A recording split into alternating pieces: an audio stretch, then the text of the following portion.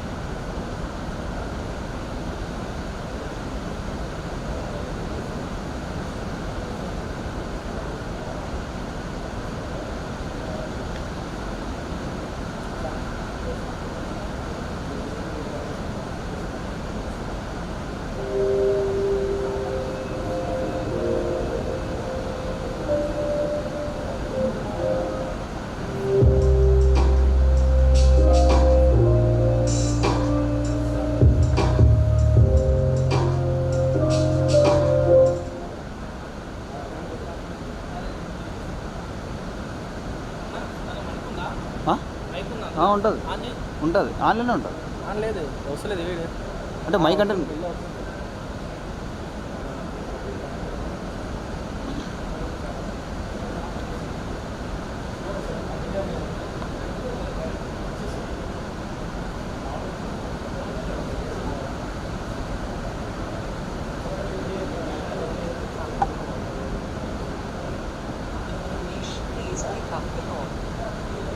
Hello hello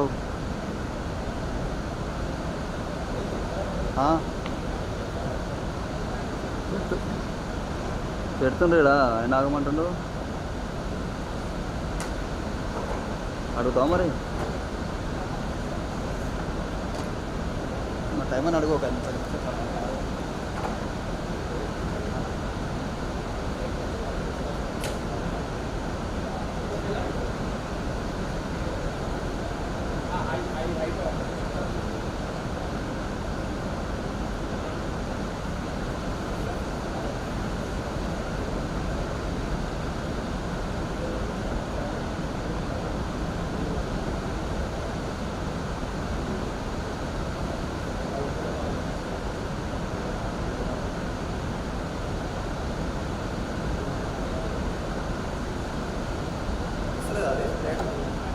నీ దాంట్లో mic ఉందా అసలు? తిన్నా మైక్ రికార్డింగ్ అయింది, మైక్ వస్తుంది. ఏం లేదు అసలు మీరు రికార్డ్ చేసింది కంపల్సరీ రికార్డ్ ఏది నాది అయిపోయింది. టెస్టింగ్ చేసుకుంటావా? ఓపెన్ చేసినా ఎక్స్ఎల్ఆర్ ఆడియో కూడా పెట్టి KJ Reddy సార్ ఇప్పుడు ఓపెన్ చేసి చూసుకుంటాడు. ఆడియో ఇన్నాయా? ఇది ఇన్పుట్ వన్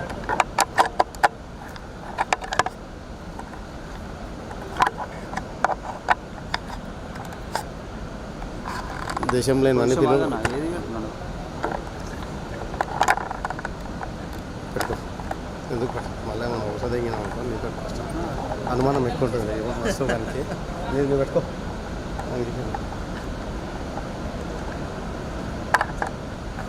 పెట్టుకుంటే మధ్యలో పెట్టారు కొద్దిగా లూజ్ పెట్టుకొని నీకు చాలా నాకు 1 మీటర్ ఎక్కువ పెట్టుకోలేవు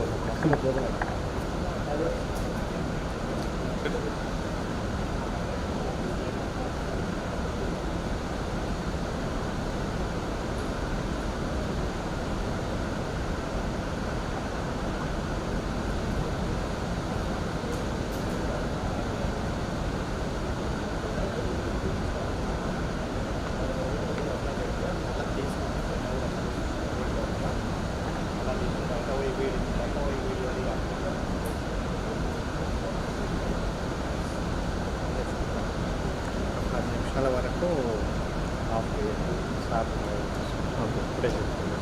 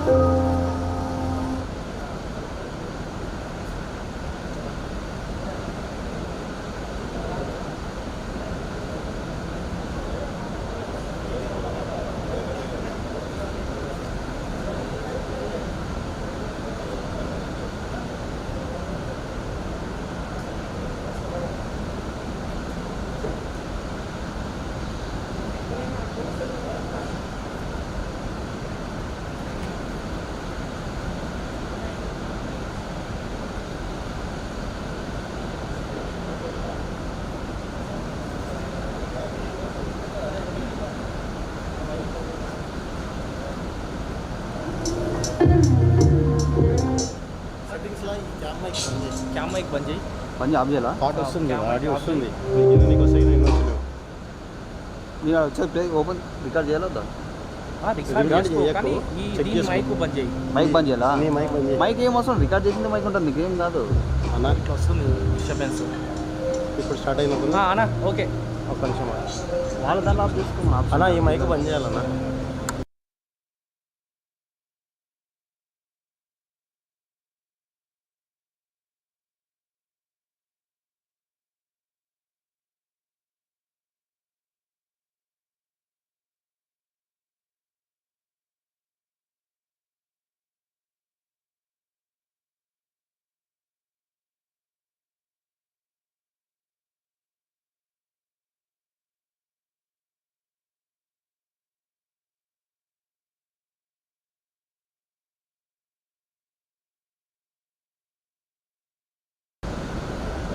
ఆడియో అన్న మనం ఇది ఇన్పుట్ చేయగానే ఇది ఆఫ్ కావాలి కదా, అట్లా కాదా? మనకేం రాలే కెమెరా అది కంటిన్యూ పెట్టింది కదా, ఆఫ్ చేసి ఆన్ చేసిన చూద్దాం. ఇప్పుడు మన మొబైల్ కదా పెట్టగానే ఇది ఆఫ్ కాదు. లేకుంటుంది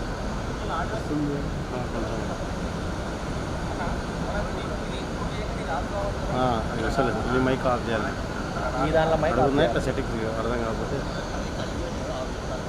అన్న మన డివైస్ ఏమైనా ఉంటుందా? లేదు మాదా ఇది పైన డివైస్ ఆటోమేటిక్ దానిలోకి వచ్చేస్తుంది అది. దీని నుంచి దానికి వస్తుంది. ఈ సెట్టింగ్స్లో కూడా మైక్ 1 2 3 ఏమన్నా దీంట్లో ఏమి ఉండదని నాకు తెలుసు. నేను అడుగుతాను, కొంచెం మాట్లాడుతున్నా. అడుగు మరి. నేను అడిగినా ఫుల్ ఆడియో ఏమైనా ఉంది ఇక్కడ ఏముంది? ఫుల్ ఆడియో ఏముంది? ఏముందిరా? ఆటో అది నువ్వు ముట్టుకోకూడదు వస్తుంది. ముట్టాను ముట్టాను కూడా జస్ట్ దూరం చూపిస్తున్నా. మనకు తెలియదు, నాకు కూడా తెలియదు. ఓ బాబు వచ్చినాడు. అరే రికార్డింగ్ ఆఫ్ చేయాలంట. ఇది ఈ మైక్ ఆప్షన్ ఉందా లేకపోతే బటన్ ఉందా? ఈ మైక్ ఉందా? ఈ మైక్ ఆఫ్ చేయాలి మనం. నీ కెమెరాది ఏది? ఇదా? చూడు ఇప్పుడు లైన్ ఇన్పుట్ 2లోకి తీసుకో. ఎంతసేపు పెట్టమని అన్న ఇది ఇన్పుట్ 2లోకి తీసుకో. పైన తీసుకో అంతే. పైన కొన్నది అంటున్నది మిడిల్లో ఏమన్నా. అరే బాబు ఇదేనా నీ ఆప్షన్ చేసింది? ఆఫ్ చేసింది ఇదేనంట. చూడు మరి వస్తుంది అలా.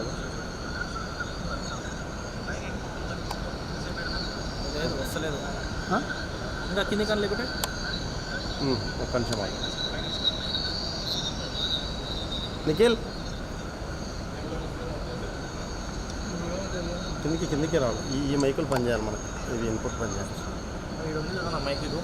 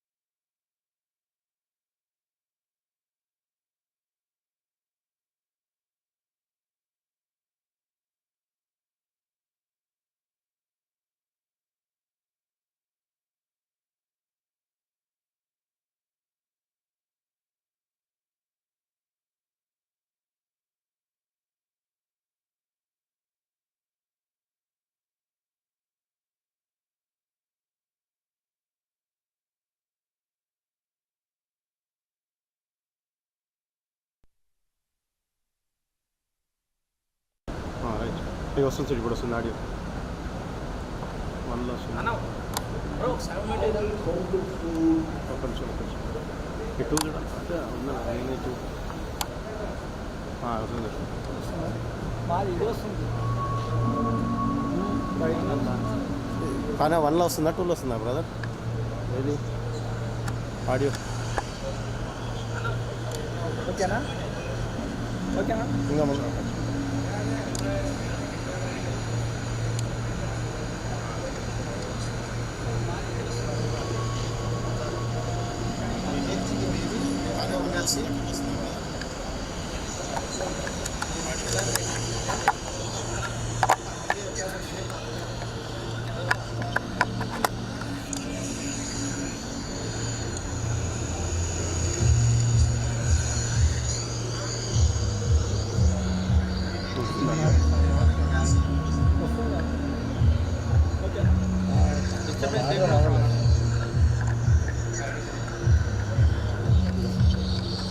ఇప్పుడు అక్కడ పెడితే డిస్ప్లే సౌండ్, డిజిటల్ సౌండ్ మన దీనికి రావాలి, అంతే కదా?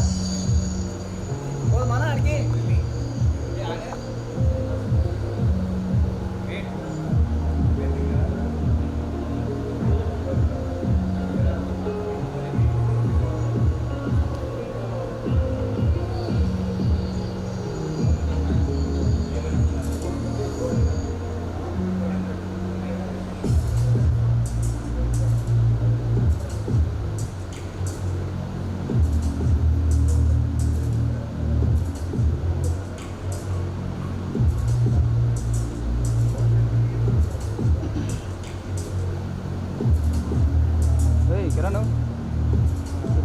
ఆఫ్ అయినట్టు నీకు ఐడియా ఉందా లేదా ఆప్షన్?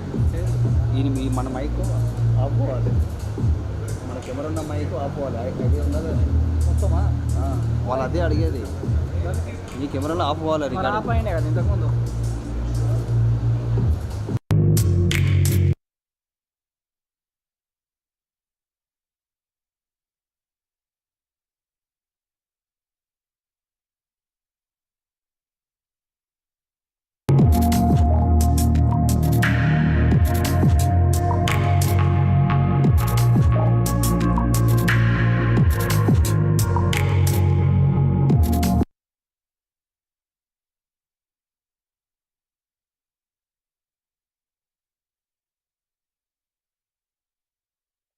మొత్తం బంద్ అయింది.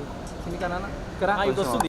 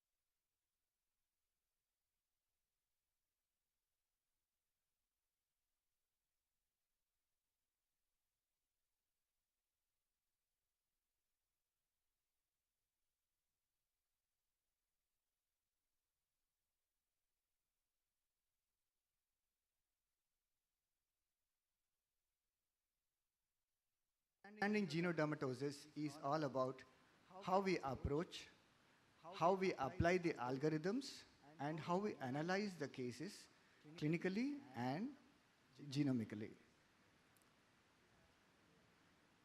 So, as in every disease or in every dermatosis, history again is of paramount importance. Then comes the clinical examination of both the proband and the family. Then we move on to the pedigree analysis and then apply the algorithm to find the final clinical phenotype. So focus in history is on chief complaints like the age of onset, which determines the severity and the chronicity of the disease. Then how does it progress from one lesion to another, as we see in xeroderma pigmentosum? Then what are the triggers or aggravators? Past history is not unimportant, very, very important. And then we might see some patients with previously treated by some other dermatologist or physician or GP, or even sometimes quacks.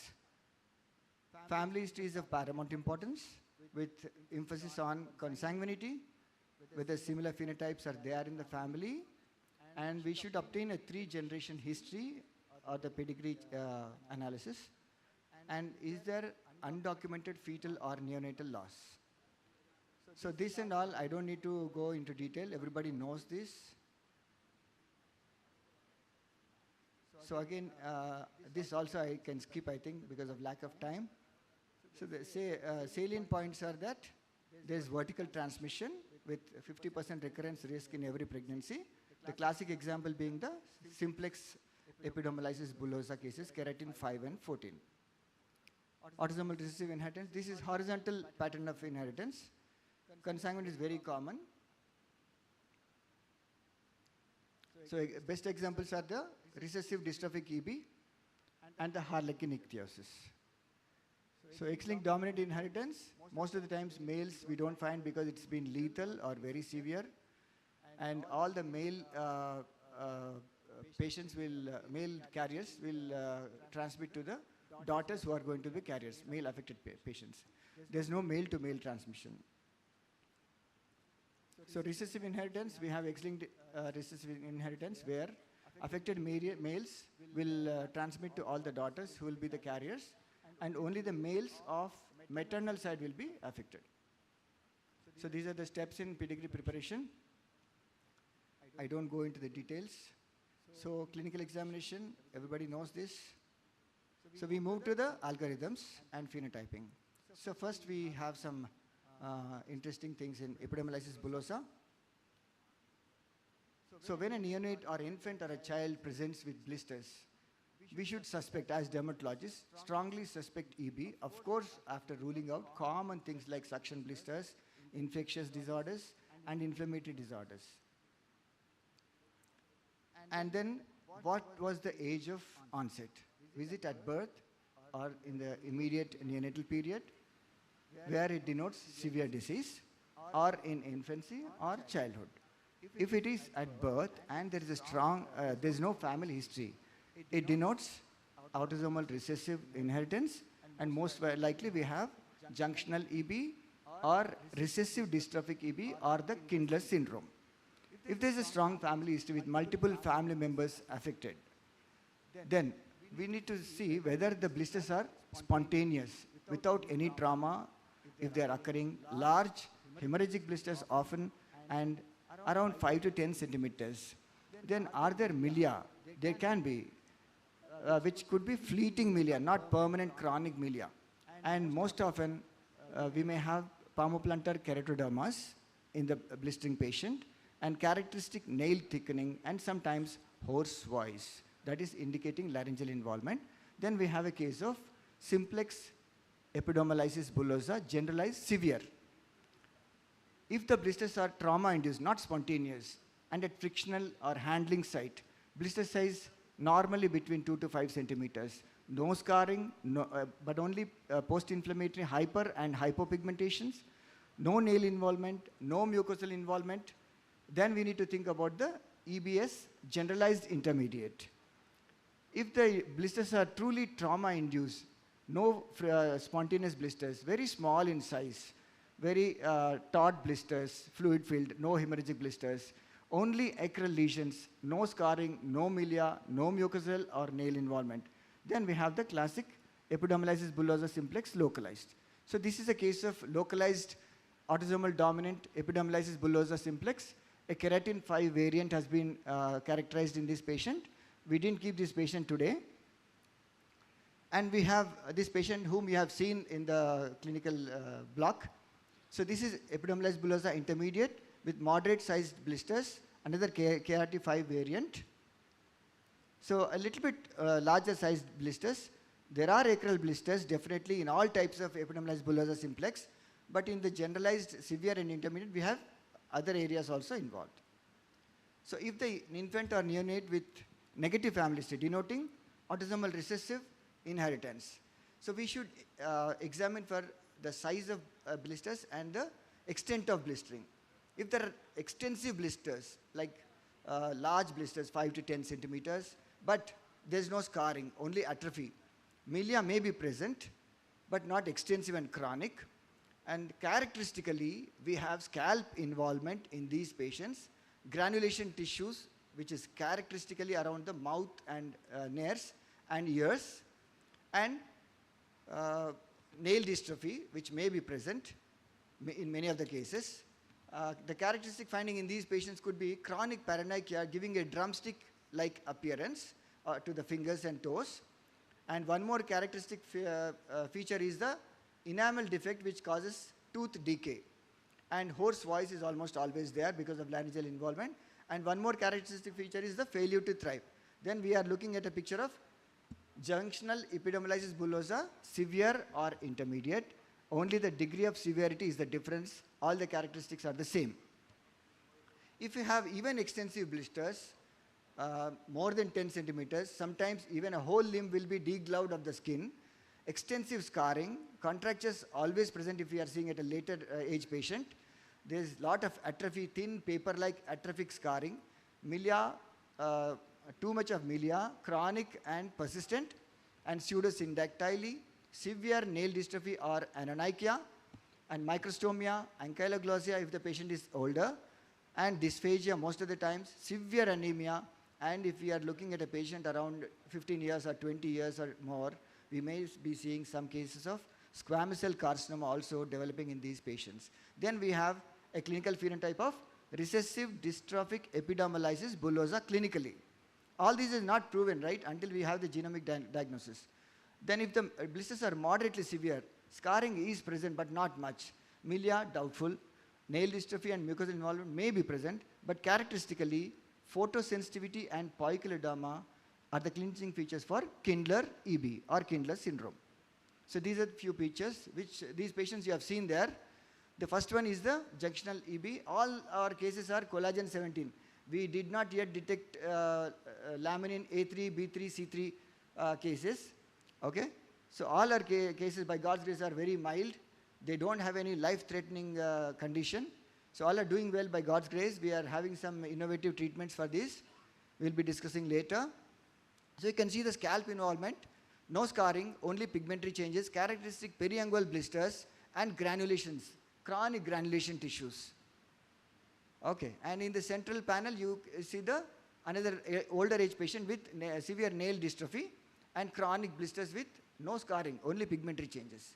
Here again, the last panel, you see the extensive blisters with hypopigmentation and enamel defects causing the tooth decay. I think all of you have seen it there.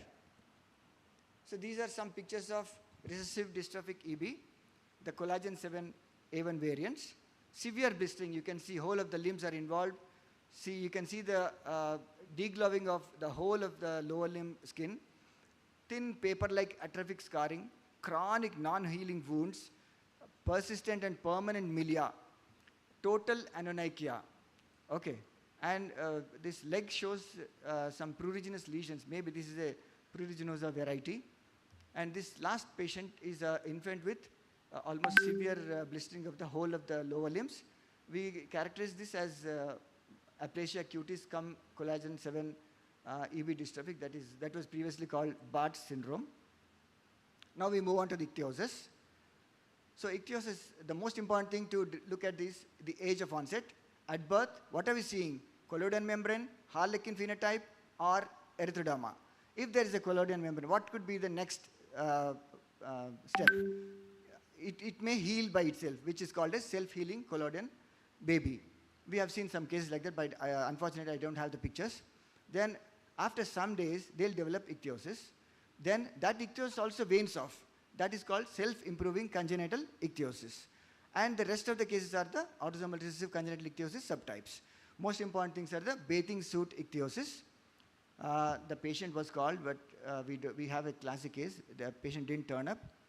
The rest of the things are the congenital ichthyosis of erythrodermas and the lamellar variety. So if there are blisters at birth, which later on proves to be, moves into a picture of ichthyosis and hyperkeratosis of the skin, then we have this keratinopathetic or epidermolytic ichthyosis phenotypes. If the onset is later on, after 3 to 6 months, then we have the autosomal dominant ichthyosis vulgaris and the X-linked recessive ichthyosis.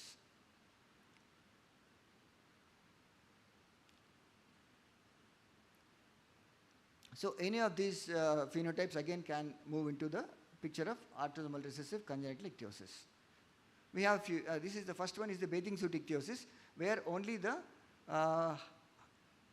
those areas where the core body temperature is more, like the trunk, neck, flexures, and the peripheries of the face are affected, like the areas of the bathing suit. The rest of the areas are not involved because of the temperature sensitive transglutaminase 1 enzyme mutations. So now we have the another variant of lamellar ichthyosis, classic box type, large brownish scales. Then we have the congenital ichthyosiform erythroderma, which proved to be a keratin 1 variant. So after 3 to 6 months, when we see ichthyosis patients, if there are multiple family members affected, denoting the autosomal dominant inheritance, and the scales are fine or whitish gray, then there is flexural sparing, characteristic palmoplantar hyperlinearity, keratosis pilaris, and in 50% of the cases, atopic diathesis. Obviously, you know the answer, autosomal dominant ichthyosis vulgaris. If only the maternal side males are affected, large brown scales, flexures are not spared, they are involved. There's a history of post-term delivery, there's a history of cryptorchidism, and many times attention deficit hyperactivity disorder, or sometimes the autism spectrum disorders. Then we are looking at a picture of X-linked recessive ichthyosis. So these are two cases of X-linked recessive ichthyosis with flexural involvement. This one is the autosomal dominant ichthyosis vulgaris. Sorry, the pictures are not good. So we have some good syndromic ichthyosis with neurological abnormalities. The first one is a spastic diplegia patient. Unfortunately, this patient didn't turn up today. Sjogren-Larsen syndrome with aldehyde dehydrogenase 3A2 gene variant. We had a very rare variant in this also. We'll get to you online. So if there is peripheral neuropathy and ataxia, then we're looking at Refsum disease. And if there is myopathy, we have a patient, but our patient doesn't have clinically significant myopathy. The Canary-Dorfman syndrome, ABHD5 variant. So hair shaft abnormalities, all of you know, I think trichorexis invaginata classic, Netherton syndrome with SPINK5 mutation, brittle short hair with tiger tail appearance, trichothione dystrophy, transcription factor mutations, and if there is a deafness associated with ichthyosis, the KID syndrome, the connexin variant GJB2, skeletal abnormalities, we should think of Conradi-Hunerman syndrome, and if there is a lot of immunodeficiency, then the SAM syndrome, the desmoglein 1 variant. So this patient is our patient, Sjogren-Larsen syndrome with characteristic spastic diplegia and severe hyperkeratotic ichthyosis. So this is a classic Netherton syndrome with double-edged scaling, the ichthyosis linearis circumflexa. This is electron microscopy, not borrowed from internet. This is our own case. We did it at our Palamur Biosciences electron microscopy clinic. Classic bamboo hair. Then this is a trichothione dystrophy patient. Here also some innovative things we did. With a normal DL5 dermoscopy, we could detect the tiger tail hair alternating white and dark bands. We didn't have this fluorescence microscope. So coming to palmoplantar erythroderma, sorry for the rushing up. So when we see a palmoplantar erythroderma patient, we need to look whether the patient has extracutaneous or appendigeal features. If there are no such thing, then straightly we have to see whether it is punctate palmoplantar keratoderma or focal and diffuse palmoplantar keratoderma. Here, if we have punctate lesions, then there are only 3 variants. We can safely diagnose one of these 3. I'll go to some clinical picture later. So if the palmoplantar volar surface is involved, then we have the AAGAB variant or the collagen 14A1 variant. This is PPPK1 and 2. And if the only sides are involved, that is acrokeratoelastoidosis, then we have the SLRP1 autosomal dominant variant. Whenever we have SLRP1 disease, we usually have autosomal recessive variants. But here, if it is autosomal dominant, we have the palmoplantar keratoderma on the sides of the hands and fingers. So this is the picture of punctate palmoplantar keratoderma. We are looking at AAGAB variant. So if it is focal and diffuse, so severity we have to see. Is it very painful?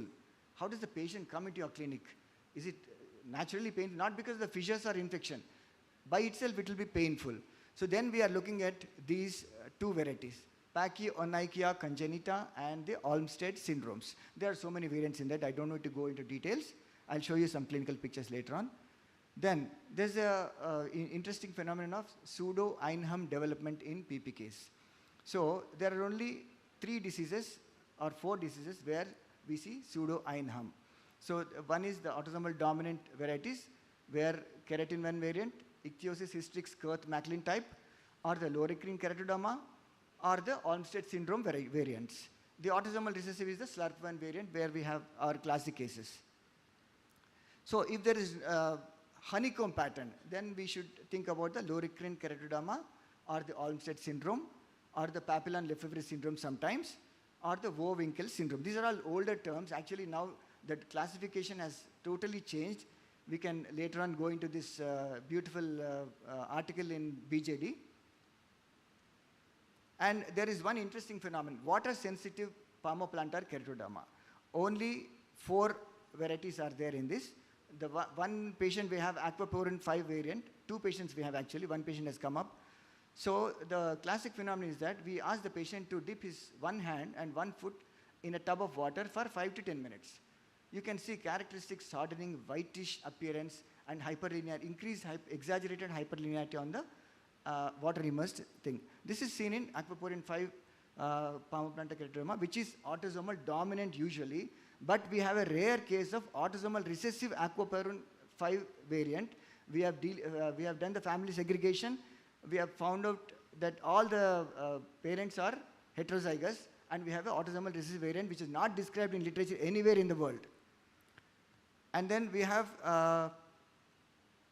patients with palmoplantar keratoderma with associated appendigeal or extracutaneous features, most notably deafness. So we have a classic patient, but he didn't turn up today. He's on fasting, and he has to come from Hyderabad, so he didn't turn up. So he is a VPS 33B Kitidar syndrome or palmoplantar keratoderma with deafness. The connexin variant we don't have. Then one more rare variant is the mitochondrial PPK with deafness. So if we have dental anomalies, then we have to look at Papillon-Lefevre syndrome or the CTSC, PEDD, or the Pachyonychia congenita cases where we have severe dental problems. If the eyes are affected with photophobia, iridocyclitis, etc., then we have to think about tyrosinemia 2 or TAT-T PEDD. If we have severe nail involvement, then again Pachyonychia congenita or the Clausen syndrome. If the hair is involved, classic features are the Naxos or Carvajal syndromes and the Clausen syndromes. Okay, so important thing is we have to test for all suspected PPK patients whether they have cardiac abnormalities, especially cardiomyopathy. If there is cardiomyopathy, then we are really doing some great favor for the patient by detecting and treating that patient and averting the danger. Those 2 syndromes are the Carvajal and Naxos syndromes. Okay. Another important thing in hair is that woolly hair in ectodermal dysplasia, skin fragility syndrome, McGrath syndrome, we published in IGDVL. The patient also didn't come today. And if the brain, CNS is involved, then we have the Sednick and Mednick syndromes. If cancer is associated at later stages, then we have the Howell-Evans syndrome and the Hurrier syndromes. So these are some clinical pictures. This is the SLRP1 variant, previously called Maldi-Meleda, where you can see almost imminent pseudo-Einham. So this is the honeycomb PPK and loricrine keratoderma. So this is water sensitive PPK, aquaporin 5 variants. So this is the patient, our patient with PPK with deafness. We detected this VPS 33B variant. The syndrome is called Kedidar, I don't know the full form, sorry. And PPK with dental anomalies, again Papillon-Lefebvre syndrome.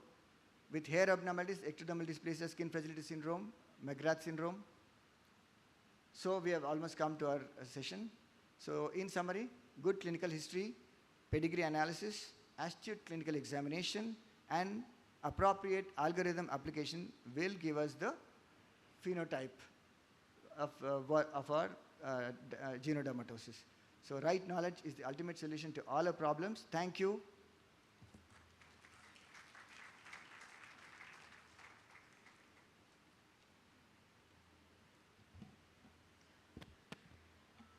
Thank you, Dr. Sharatchandra sir, for that insightful and clinically enriching session.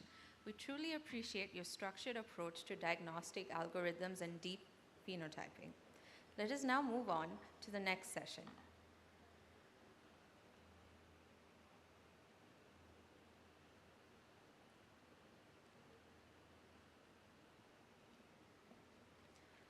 It is my pleasure to introduce Dr. Karthik Bharadwaj sir, MD in Pediatrics and DRNB in Medical Genetics, Senior Scientist and Project Leader at CSIR CCMB Hyderabad.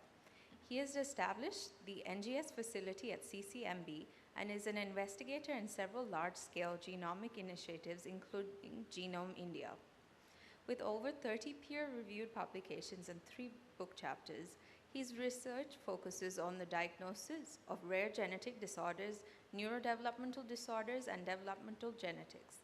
He will now be delivering his lecture on genetic workflows and ACMG guidelines. I invite Dr. Karthik sir to kindly take the podium.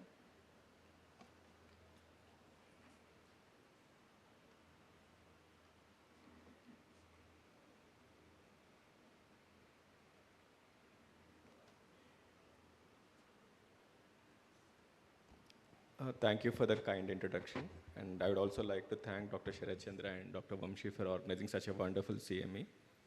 And sir, very good collection of cases. Even as medical geneticists, we don't see so wide spectrum of cases in our clinics day to day. And in the same vein, I would like to congratulate all of you who are attending this CME because it gives such a good opportunity, especially collecting the cases for participants to see them physically, and also the app that Vamshi and his team made are exceptional ideas. So with that, now that you have learned how to clinically evaluate this genodermatosis, in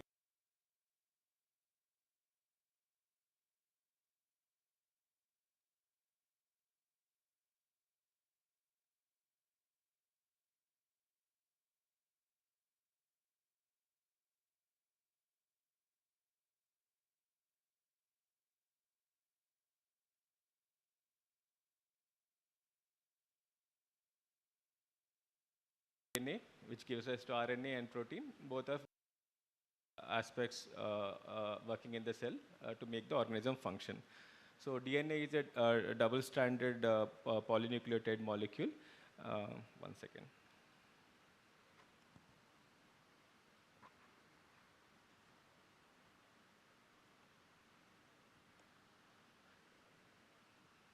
Yeah. Can someone switch off this light? Directly. So in the nascent form, it's double stranded DNA molecule, which gets coiled around histone proteins to form what are called as nucleosomes. And further supercoiling results in formation of microscopically observed structures called chromosomes. This all we are aware, right? So whatever is the genetic disorder, you are looking at variations which are happening at the DNA, And these can be looked at different levels of resolution. So at the highest or the least resolution, if I have to be grammatically correct, is the field of cytogenetics, which is looking at abnormalities at the chromosome level, which are observable under the microscope. So these are either numerical or structural abnormalities of the chromosome. The common example that we give in clinic is that when you have a stack of books in a library, you are looking at whether a book is missing or not, or a book has exchanged its place, its covers have been exchanged or not.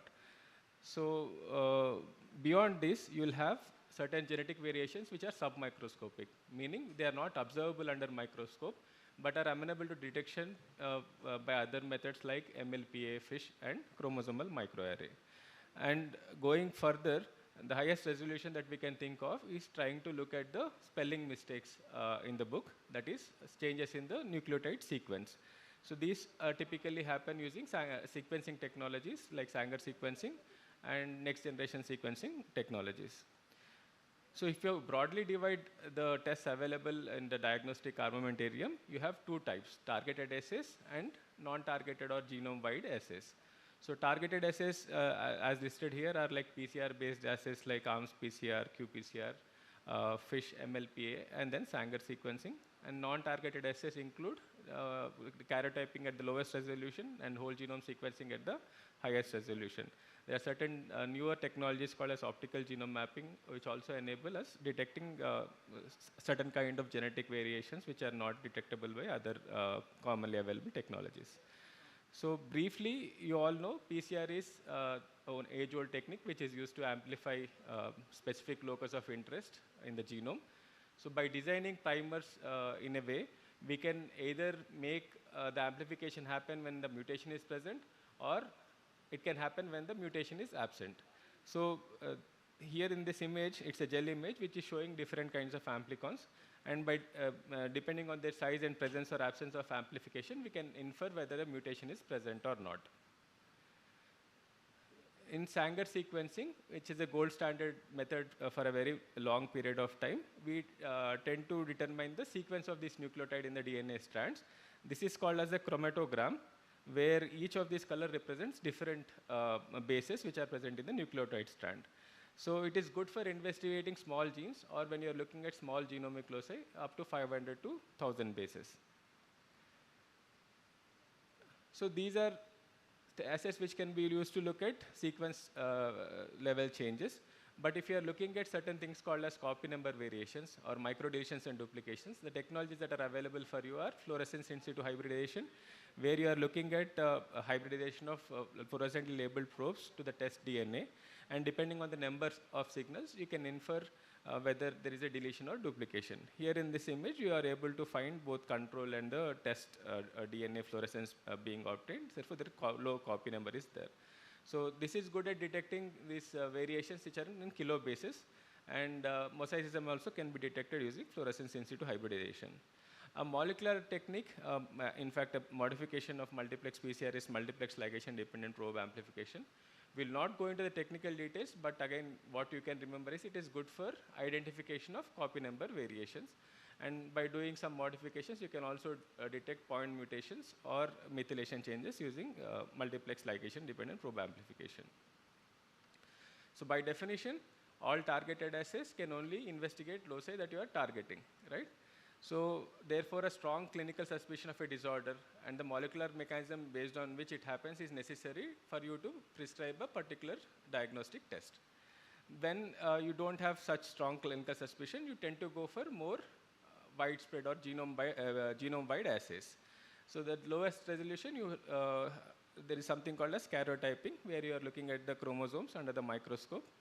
And this is the karyogram, and you identify these chromosomes based on their size, position of the centromere, and the banding pattern, and try to tell whether either chromosomes are missing or part of the chromosomes are missing or present in excess, or they're translocated to another chromosomes.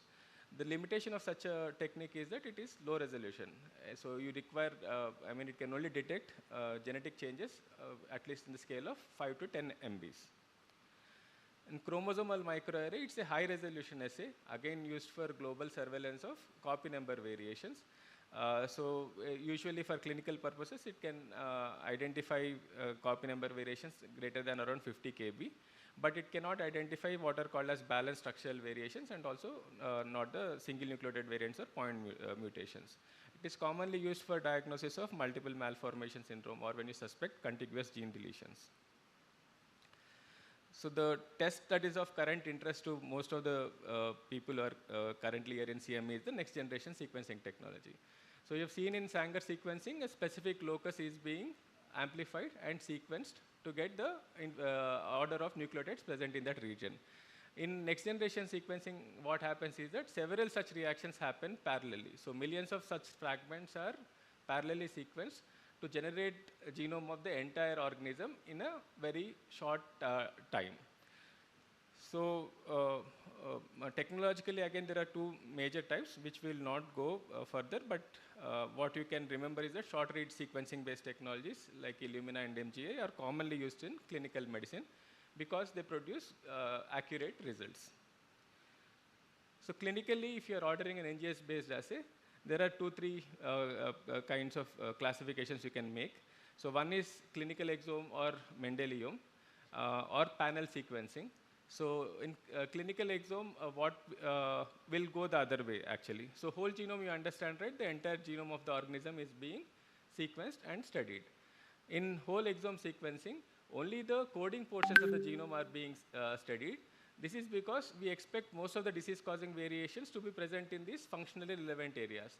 So by sequencing 2% of the genome, approximately, you are able to identify 85 to 90% of the disease-causing variations. So that is called as whole exome sequencing. Whereas a panel sequencing or a clinical sequencing further narrows down the number of genes that we are going to sequence or analyze. And in a panel sequencing, so someone could design a panel specifically for a genetically heterogeneous group of disorders like epidermolysis bullosa, as you have seen in the last presentation, or xerotic skin diseases, where multiple genes are known to cause similar phenotype, which are sometimes indistinguishable clinically, right? Or a clinical exome where all the genes which are associated with a known Mendelian phenotype are sequenced, because it is expected that about 20,000 protein coding genes are present in the human body, while only about 5 to 7,000 genes we know gene disease associations. So therefore, in all these things, whole exome sequencing becomes a very cost-effective test in terms of our diagnostic capabilities. So in whole exome sequencing, if you do this test to any one of us, we usually identify anywhere between 60,000 to 1 lakh variations. The challenge from the lab's perspective is to identify 1 or 2 disease-causing variations which are present in this patient from this list. The logic we use here, which would be demonstrated also in the ACMG criteria that we'll briefly discuss,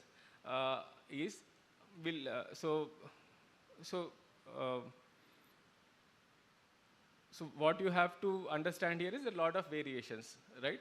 And then you have to find out the disease-causing variations. ACMG criteria have come up primarily because these NGS-based assays became more and more commonly available, and we are able to identify so many variations. Prior to ACMG criteria, what used to happen is that individual clinical researchers used to deposit their variations into public databases and call them pathogenic or benign based on whatever experiments they have done. So to have a standardized way of communication and standardized way of classifying these variations, ACMG, American College of Medical Genetics, and their Pathology Association came up with a plan and produced a set of guidelines which are used world over by people working in the field of rare genetic disorders to classify these variations. So what happens is, we'll use different strategies to filter out these variations. So one of the common strategies is to look at population frequency of alleles. So please stop me if you do not understand any of these terms and all, interrupt me in between and ask. So for example, a disease has an incidence of 1 in 1 lakh. You don't expect a variation which is present in, say, 1,000 individuals in a 1 lakh population to be causative of the disease. So we put a population frequency filter cutoff of less than 0.01% or something like that to kind of shortlist the rare variants which could be responsible for the rare diseases. And the next level is to look at the functional aspect of these variations. So those variations which are present in exons are likely to be causative. Those variations which can cause a stop gain variation are likely to be pathogenic. Those variations which, for example, result in a missense change where an acidic amino acid is replaced by a basic amino acids are likely to be pathogenic. And in addition to this, we also delve on computational algorithms which tell us whether a variant is going to be causative of the disease or not, and further shortlist these variants to get to the pathogenic variations. So ACMG guidelines in a sense provide framework for this variant filtering, and what they suggest is use terms like, avoid terms like mutation and polymorphism, and use terms like variations, and also use a standardized nomenclature which is given by a society called as HGVS, right? So based on several of these criteria, they have classified these variations into 5 major classes: pathogenic, likely pathogenic, variant of uncertain significance, likely benign, and benign. So on the extremes, you have pathogenic and then benign. Most of us understand clearly. The pathogenic means it is causing the disease. Benign means it is not responsible for the disease. And right in the middle, you have what is called as variant of uncertain significance. That means that with the current existing scientific and medical knowledge, we are not able to tell whether the variation is either pathogenic or benign. In between this variant of uncertain significance or views and pathogenic variant, there is something called as likely pathogenic variant, where based on the evidence, there is a likelihood that, I mean, if I have to give some numbers, a 90% likelihood or 90% chance that that could be caused by the disease, but we are not still 100% sure. Similarly, on the other hand, you have likely benign, where we are probably 90% sure that it is likely to be benign, but we are not 100% sure. So in terms of genetic reports that you are getting after you order an exome sequencing, usually likely benign and benign variants are not reported, right? So most of the 1 lakh variants actually fall into benign and likely benign variations. And a set of variations fall under the classification of variant of uncertain significance. So they usually report variant of uncertain significance if they don't find a pathogenic or likely pathogenic variants. So you have to understand that pathogenic and likely pathogenic variants are only actionable. Means you can modify your treatment based on only those variations. Don't act based on variants of uncertain significance. So what do you do when you get a variant of uncertain significance? So you usually have to rely on further studies to establish the pathogenicity or benign nature of the variant. So this again, you go back to the ACMG criteria for classification of these variants. It's a busy slide, don't have to bother. This paper is available freely online, so anybody who's interested further can go and have a look at it. We have to generate further data to reclassify the variation. So for example, one thing that we commonly do in case of a heterozygous VUS that has been reported is to look for the presence of that variant in their parents. That is called as segregation analysis. So if that variant is not present in the parent but present only in the child, it means that it has arisen de novo.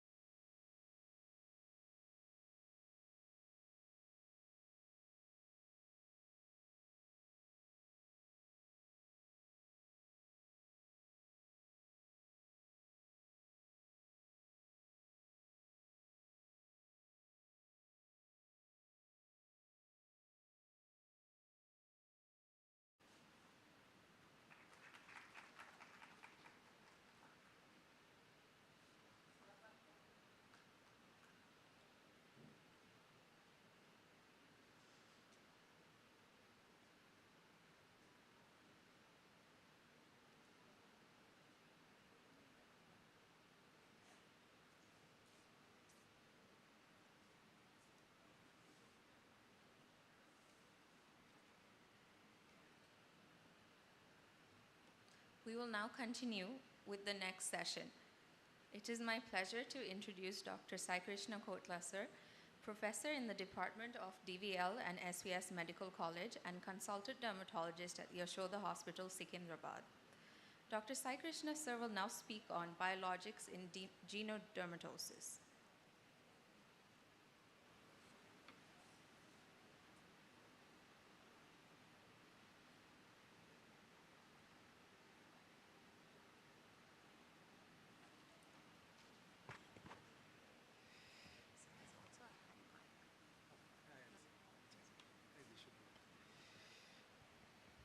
Good afternoon. So today I would like to thank Dr. Sharad sir for instilling this interest in me. He has been instrumental in working up such cases. He has been in association with Dr. Vamshi sir, Manoj sir, and we are learning a lot. See, we are just trying to understand and then come up. It's very gloomy, when it's very dark, this genetic disorders, and let us see if we have a bloom or flowers, if we can help the patients. So that's why this theme I selected. So today's agenda will be, what is genodermatosis, what can be expected outcome in these diseases, current management strategies, unmet needs leading to novel approaches, and final takeaways. So basically, as a clinician, from morning we have seen a beautiful display of how the technologies have been developed to identify the various diseases, where exactly the pathogenesis is there, what exactly is causing the gene is causing the problem, and all these things is translating, and it is enlightening to us. And we know what is happening, why this is happening, which is the place where this defect is there, will they develop in the future families, what is the chances of their future generation having this, and how to go about diagnosis. Everything is there. But ultimately, as a clinician, the patient is asking for a remedy. What can I do to the patient? What can you do to help me, doctor? That is the question. So previously, we'll look into this aspect as we go further. So brief description. Genodermatosis are rare inherited skin diseases that frequently affect other organs. They can be polygenic, monogenic, chromosomal defects. So postgraduates will understand. I'll enumerate those few examples also. One of the rare conditions of monogenic disorders are autoinflammatory disorders that have to be kept in mind. We are talking about all these particular ichthyosis, all these things, but these other conditions where they are sometimes very challenging, presenting as urticarias, fevers, lymphadenopathy, amyloidosis, those also need to be understood. They can have a clinical presentation, and they can have combinations with our pyoderma gangrenosum and other conditions, Papa syndrome, PASH syndrome. So that is, those things also should be understood. So we have polygenic, monogenic, chromosomal defects. So examples for monogenic disorders, they can be autosomal dominant, like acute intermittent porphyria, epidermolysis bullosa, ichthyosis. And then autosomal recessive, you have epidermolysis bullosa, ichthyosis, acrodermatitis enteropathica. Then X-linked recessive, again, so morning Sharad sir has enumerated all those phenotypes. Then Fabry's disease, anhydrotic ectodermal dysplasias, incontinentia pigmenti, etc. So polygenic, you have this vitiligo, psoriasis, pemphigus vulgaris. Any of the PGs can tell which form of psoriasis is monogenic? Which form of psoriasis can be monogenic? Pustular psoriasis. Pustular psoriasis is a variant of psoriasis which is monogenic. Otherwise, we have polygenic. So you have so many mutations and everything. So, and then coming to the chromosomal defect disorders, you have ataxia, telangiectasia, you have Fanconi's anemia, then you have DNA helix deficiencies like Bloom's, Rothman-Thompson, and then nucleotide excision repair disorders like xeroderma pigmentosa and Cockayne syndrome. So some of few examples. So you can see that ataxia. Then you have seen live these cases of xeroderma pigmentosa. Then the right corner one, you can see, anybody can describe that pigmentation there. Usually develops on the exposed areas. It is atrophic skin with telangiectasia. Telangiectasia combination. Pigmentation, telangiectasia and atrophy. This you have to tell for poikiloderma. It's a poikilodermatous appearance. So that is Rothman-Thompson syndrome. Okay? So that is clinical aspect. So expected outcome of these diseases. See what happens if a person has these diseases. Marked effects on well-being, definitely. Then there are chances for early death and enhanced cancer risks. So what are the current management strategies available? So for epidermolysis bullosa, we have skin wound healing comprising of then topical therapies. Then sometimes we might do surgical. Then you have symptomatic pain relief, then treatment of itching or complications, and then of course the important part is patient education and how to maintain themselves. So this was the present, but what changed with genetic studies? So they have helped us, the scientists have given us a very good technique of sequencing and other investigations which have brought us to understand the deeper pathology, where the molecular defect is there, what is happening to the entire process of pathogenesis, and where as a clinician we can intervene. So that has given an opportunity, and it has opened a doorway to identify new treatment modalities. So this is, so there are unmet needs. So now we have novel approaches for these problems. So this is what we are looking at. So there are various ways of intervening. One is the cell signaling pathway is dysregulated, and we can intervene in this pathway. See there, what happens is there are overactive pathways which can lead to loss of function, or there can be gain of function. So same genetic root can cause two different diseases. One can cause gain of function, one can cause loss of function. So I'll explain in brief later. Then there are inflammatory reactions, inflammatory cytokines, which can be halted to stop the progress of the disease or make the patient better. Then there are repurposing of drugs, repurposed drugs. So when we analyze the cytokine pathway or the genetic pathway, so certain routine drugs what we are using can be repurposed for managing these diseases. And of course there are cell therapies, then there is genome editing, and then RNA attenuation expression and all these things. But we will restrict ourselves to biologics and small molecules. So overactivation of the involved pathway, gain of function, or inhibition of the protein can lead to loss of function. For example, if you see Costello syndrome, here there is gain of function and then neurofibromatosis. But both of them are originating by MAPK pathway, kinase pathway. So these are called rasopathies. There are several diseases which are enumerated under rasopathies. One of the question for postgraduates, rasopathies is the question. You have previously called leopard syndrome, and all these things are there. You need to go through these particular things. So neurofibromatosis is one of them.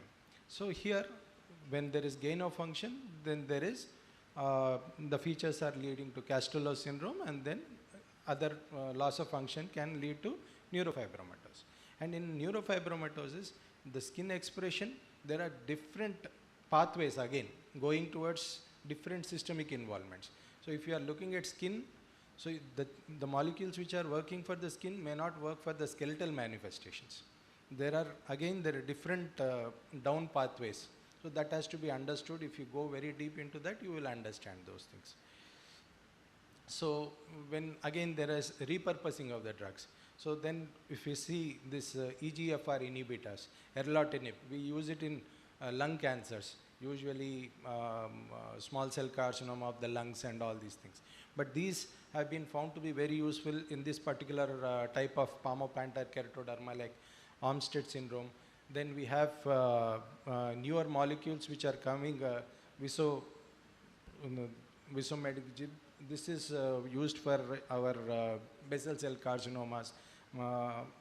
So they are part of these particular syndromes and can be used to make the patient better. So in neurofibromatosis, the gene neurofibrin, this is a path, and then there are several molecules which have come up. And similarly, if you take tuberous sclerosis, nowadays those adenoma sebaceum, what we call, they respond very well to sirolimus. They are very common, many presentations and publications on this sirolimus. Then everolimus, these are all mTOR inhibitors. So mTOR inhibitors, they have an important role again in Kaposi sarcoma also. So now the sirolimus is finding a way in several of these conditions.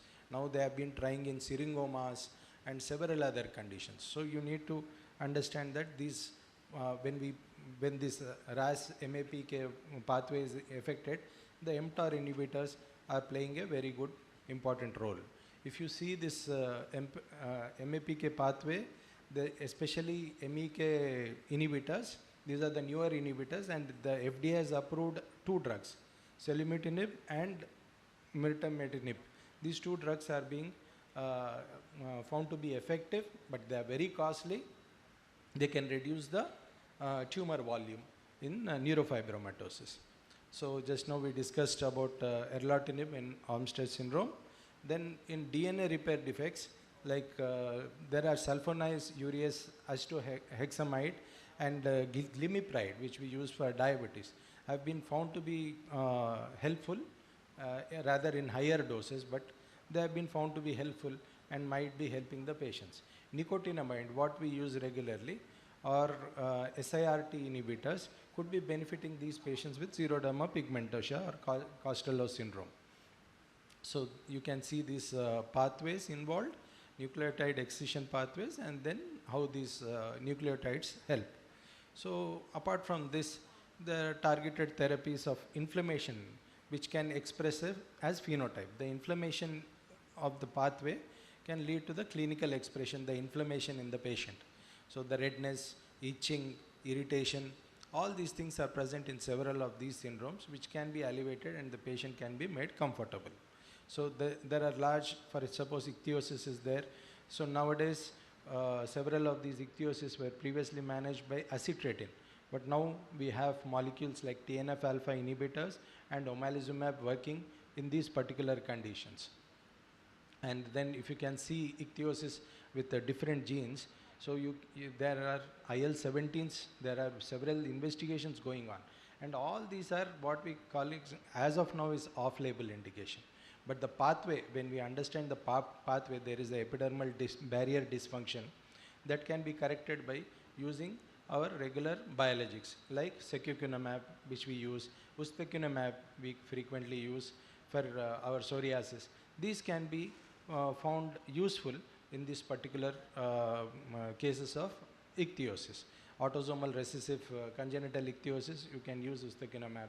So there are several studies which are helping or promoting. But suppose there is, for case discussion purpose, you can see there is a thickening of the skin present, and there is a well demarcated extending into the thenar and hypothenar eminence. You can see on the dorsum of the fingers, this case, you can see palmoplantar hyperkeratosis in this case, and this is extending up to Achilles tendon, and there is dental defects. So your diagnosis is, so this is a younger brother, and the elder sister also have similar changes. So what we are doing is a skin biopsy. Then it is showing hyperkeratosis, mild papillomatosis, mild perivascular lymphocytic infiltrate. So clinical differential diagnosis, Papillon-Lefebvre syndrome, Howell-Evans syndrome, and this thing. So when we investigate the patient, and then we do the genetic sequencing. So like what just now sir has told, likely pathogenic when it comes.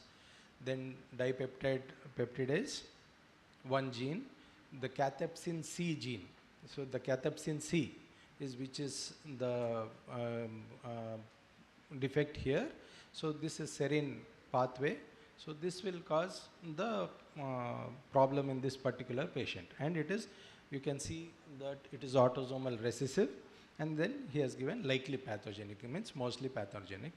So after this sequencing, so both the results were compared in the siblings, and then the confirmation of the diagnosis of Papillon-Lefebvre syndrome. Then after that, we go for treatment. So the common treatment was to give acitretin. So when we give acitretin, the patient's life became better, patients are happy. But now we have other molecules like dimethyl fumarates. Dimethyl fumarates can be given, and they are found to be effective in these conditions. So newer molecules are coming up which can be given to these patients, and we can make their life better. Then comes Netherton syndrome. Just now you have seen the cases presented by Sharat sir, and here the gene SPINK5, and then you have these patients have terrible itching, irritation, and then scaling, and then all these pathways, this pathway is leading to overactive TH17 pathway and TH22 and TNF alpha. So once we know that this is the pathway which these are the cytokines and these are the cell lines which are being affected, so now we have an option of treating patients with IL-17, omalizumab, dupilumab, and then ustekinumab. The advantage being that sometimes the patients do initially very well with these molecules, but there is other pathway activated. So you can always change to, first if you start with IL-17, then there are reports of patients who have been shifted to dupilumab also. So depending on the pathway involved. So if we can make the pathway diagnosis from our diagnostic aspect beforehand, then we can repurpose these medications in a better way. So these are several reports which are there over secukinumab therapy in Netherton syndrome. This is a case which Dr. Sharat sir has lended, and you can see he has presented this case. And then this sir has started tofacitinib for this patient. And you can see the wonderful result, the patient having a improved pathway. So simple, so tofacitinib can reduce the inflammation, itching of the patient, and the patient is doing very well. So previously it was so difficult to treat these cases. So then another case, what Dr. Sharat has shared, the Maldi Malada case, and you can see the palmoplantar hyperkeratosis, and this is simply after 15 days of therapy with tofacitinib. So we can really bring about a significant change if we are going to start these repurposing these medications, understanding the pathology of the disease. And this is again one more case, trichothiodystrophy by Dr. Sharat. Here again you can see the patient and is wonderful improvement after starting tofacitinib. So the small molecules, not only the biologics, the small molecules also have a wonderful role to play in this particular type of cases. So coming to the pustular psoriasis, we are talking about pustular psoriasis. IL-36RA is where IL-36, so we had a molecule which was called spesmolizumab, which was specifically targeted against this, but it has been withdrawn now because of the side effects. But if you understand the pathway, there is a loss of function, and then psoriasis as such has CARD14 mutations and NFK beta signaling pathway is involved. So there again you have several biologics playing a role, family setup. So this is a case of pustular psoriasis. You can see significant patient having a significant erythema, pustules and things. Erythema very significant and unable to, patient is unable to move, difficulty. And then with just 2 doses of IL-17 inhibitor, exicunumab, you can see the patient's improvement, and you can see me in the mirror there taking the photograph. Yeah, so this is again another patient. You can have pustular psoriasis, significant involvement. Of course, we have, so not only we have biologics, we have this patient was managed with cyclosporin, and you can see the improvement in this patient. All of you know, you must be doing it in your department, so this is quite common. Then you have significant psoriasis, where family history is there, younger age of onset is there, and the patient is having other problems. You can treat the patients very effectively and boost up their confidence by using a simple biologic like secukinumab. So then comes familial pityriasis rubra pilaris, a similar pathway of CARD14 mutations, again involvement of TNF alpha inhibitor and TH17 pathway. Once we understand the pathway, then you have options of treating the patients effectively with these medicines. Otherwise, very resistant to therapy. You can see this patient here of my case of pityriasis rubra pilaris, presenting directly with severe involvement of more than 90% body surface area, palmoplantar keratin. So biopsy also sometimes we had to do 3 times to come to a conclusion of pityriasis rubra pilaris, and then this was diagnosed as pityriasis, and you can see the improvement in the patient with just 2 to 3 doses of ixekunumab. So if we are repurposing these drugs, if we are using them, they are off-label, but you can use them, and you can see the smile on the patient once his improvement is there. So similarly, EB simplex. Then you have replacements. Once you understand the, of course, the genetics about it and what is the defect. So replacement therapies, like if you have acrodermatitis entropathica, you have a patient with loss of hair, you have significant palmoplantar fissuring, perioral involvement, buttocks and every place. Now, if you replace it, then you can give the patient a wonderful clearance. So shortcomings of this systemic therapy, we have to understand only very few systemic drugs are available. Undesirable effects must be taken into account. But suppose we are using erlotinib, then we are risking the side effects and all, we have to understand. And then given that treatment must be started, might be required very early in life. So if you are starting acitretin, we should understand that what are the side effects and how much the child can bear. And then the socio-economic burden, because these molecules don't come cheap. They are very costly. So and they have to be used for a very long time. So these things we need to understand, and thank you.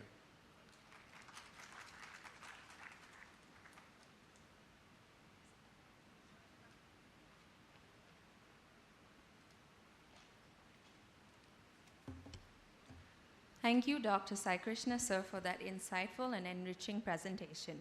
I understand everyone is looking forward to lunch. We will break soon. May I request your patience for a few more minutes? We now move to the next session. It is an honor to introduce Dr. Manoj Srinivasa, sir.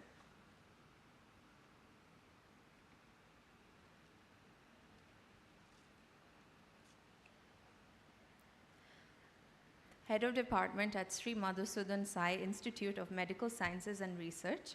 He also serves as adjunct faculty at the Center for Human Genetics. His areas of interest include pediatric dermatology, community dermatology, dermatosurgery, and genodermatosis.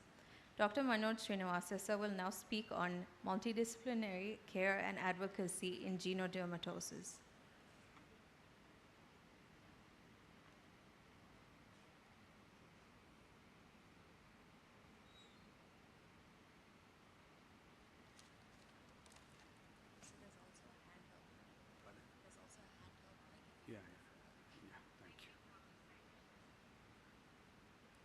Good afternoon, everyone.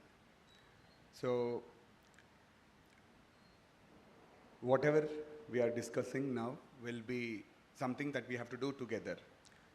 So that's the reason why the age-old saying, together we shall work, sahaviryam karavavahe. So what we are looking at, the burden of this genodermatosis, what is that burden that we have? 800 diseases, 6.8 million people affected, 400 plus genodermatosis which needs multidisciplinary care. That is, they have multi-system involved. And what is the impact which it has, and how to deal about these things. You know, it's not just the patient who is affected, it is the caregivers also. So most of these genodermatosis who reach out to us are pediatric age. So there is a lot of responsibility as a dermatologist to hit early, hit hard. So the cost of doing nothing is always high in these uh, equations. So in an Indian context, where do we stand? There is a gross under recognition for our genodermatosis. None of our genodermatosis have been included in national policy for rare disease. It is equally our responsibility to emphasize upon it is not just the skin disease. During our interaction, we come to conclusion that it is beyond skin. It is not skin disease anymore. And when we are presenting these diseases to the policymakers, it is our responsibility to present it, promote it, and make sure it is included under NPRD. With this effort, there is a lot of improvement which has happened in the last couple of years. Second, if even we don't have a definitive care, in taking EB as an example, wound dressings is something that we can really make a difference. Making the affordable, accessible wound care is also a major definitive care that we can emphasize upon. Insurance, which is not there at all. The moment any patient, any genodermatosis is there in the diagnosis, their whole of the insurance is lost. Even if it's a normal hospitalization for dehydration or anything, everything is equated to the presence of genodermatosis. So this is the burden or what we are looking at, and it is our responsibility to make sure this we can, as a clinician at least, these are the things that we can work upon.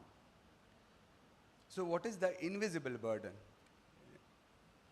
The minimum age for a diagnosis.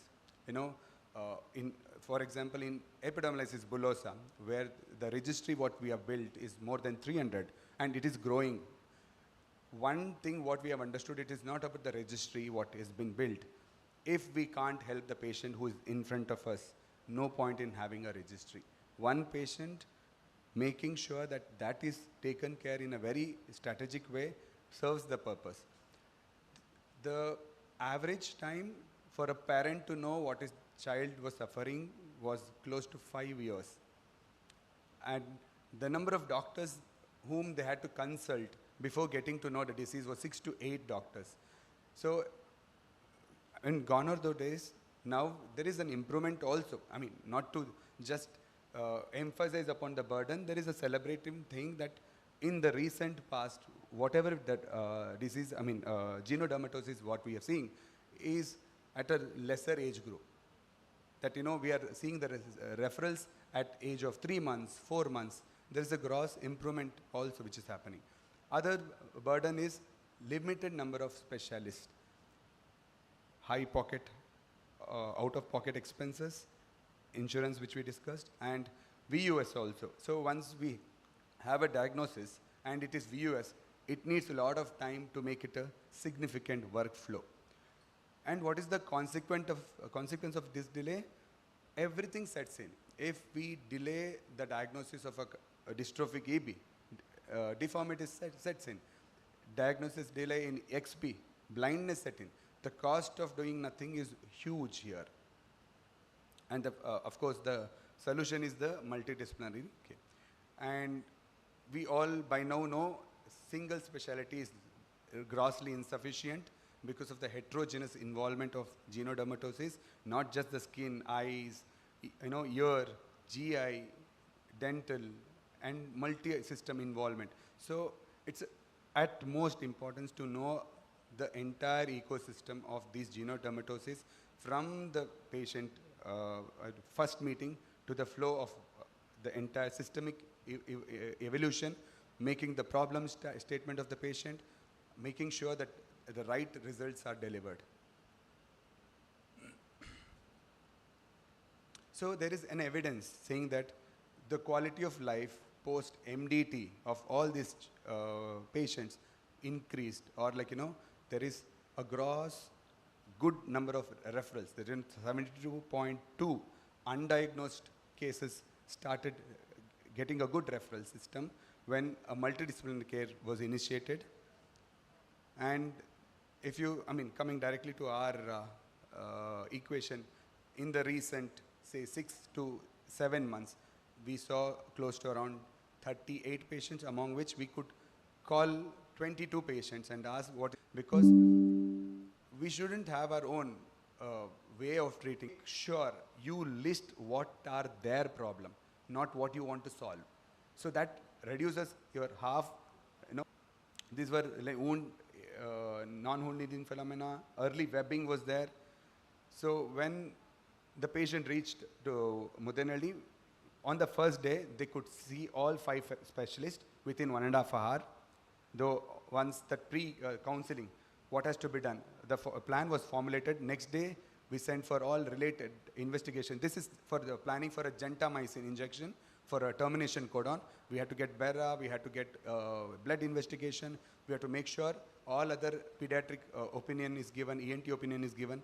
So all the evaluation happened within 2 days. Third day, we started the treatment. All the evaluation happened within 2 days. Third day, we started the treatment.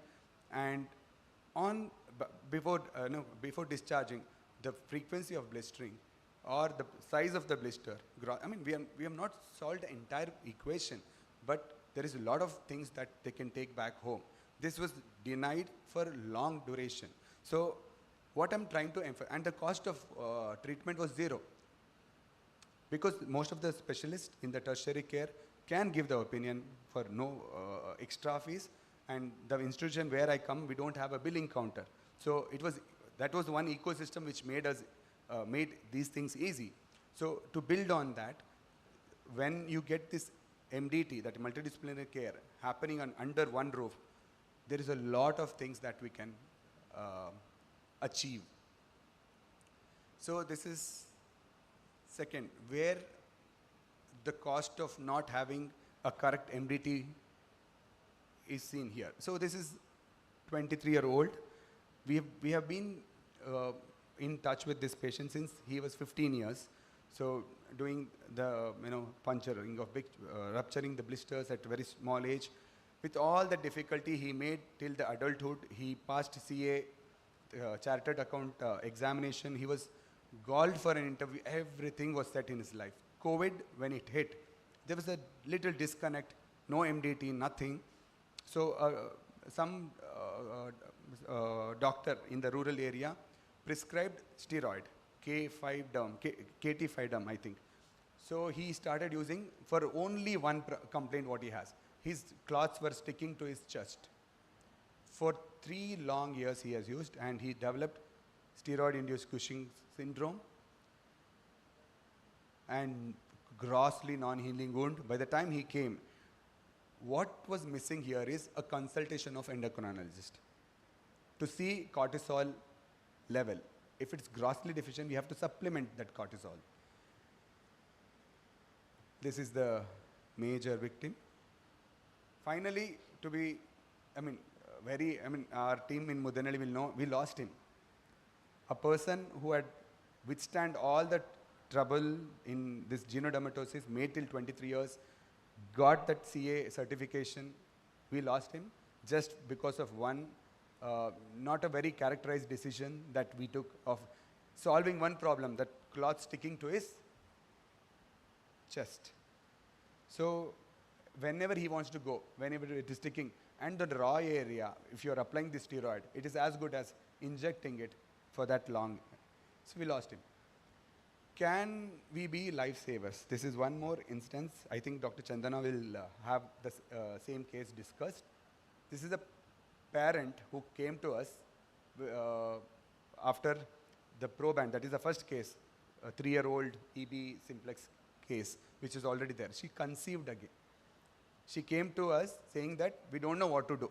Husband is not ready to continue this, not ready to help us in any of the ecosystem. Should I continue this pregnancy or not? So then we put across the prenatal expert. So entire cost estimation was done up to 45,000. Then it was a clear-cut no from husband. we don't want. We have enough first kit is there. But there was a little of request which the mother was asking, can we do something? Again, called our radiology team, can we do amniocentesis? Yes, a team was built.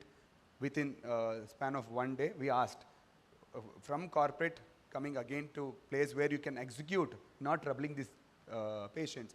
So amniocentesis was done, and the proband results were there with entire cost of, say, 9,000 for only one thing. We could, luckily, there was no variant or no pathogenic variant found in the fetus, it is there. But did we do a very significant thing of making this ecosystem work? Yes.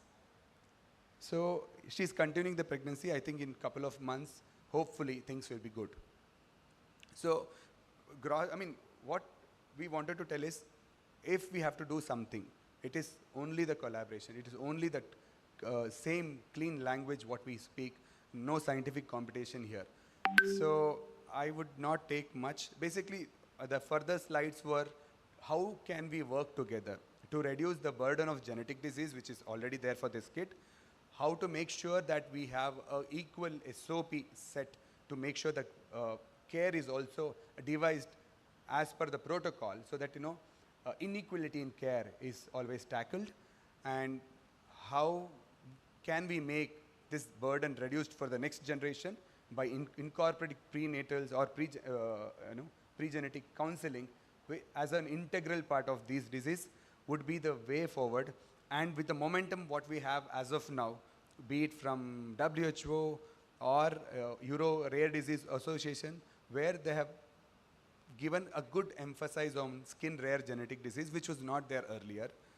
And also, recently, with lot of tussle which we had, we have made this epidermolysis bullosa, a particularly dystrophic type, probably for the discussion under NPRD.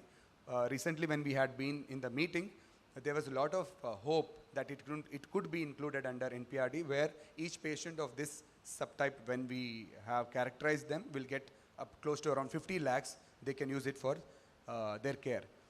I think with that, I would conclude, and sorry to come between your lunch, and thank you.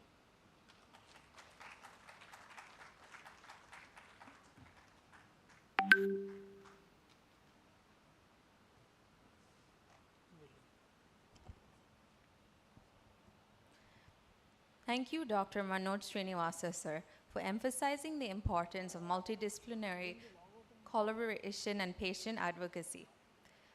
We will now break for lunch. Kindly proceed to the dining hall. The post-lunch session will focus on the ACMG report interpretation. May I request you all to kindly reassemble in the hall on time so that we may resume the program as scheduled.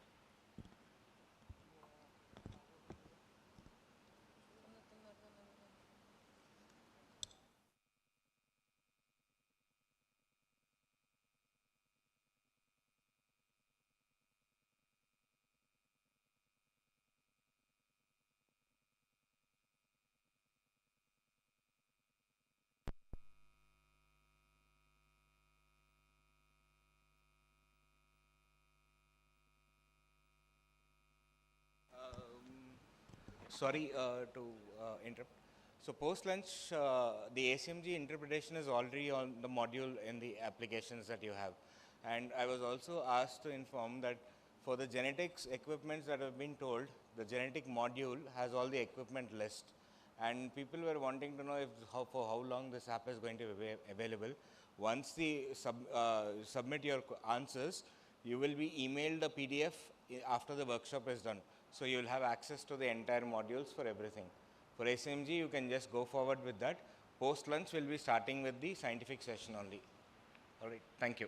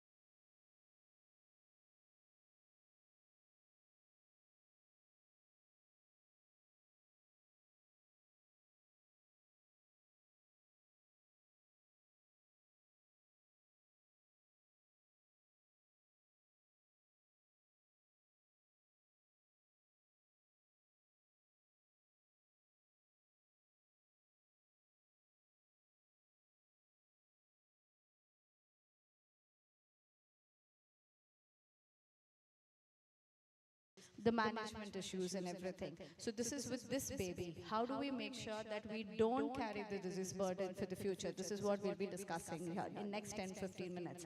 Now we all like cinema. Don't we like cinema? We all love cinema. I'm a movie buff. All of you love cinema.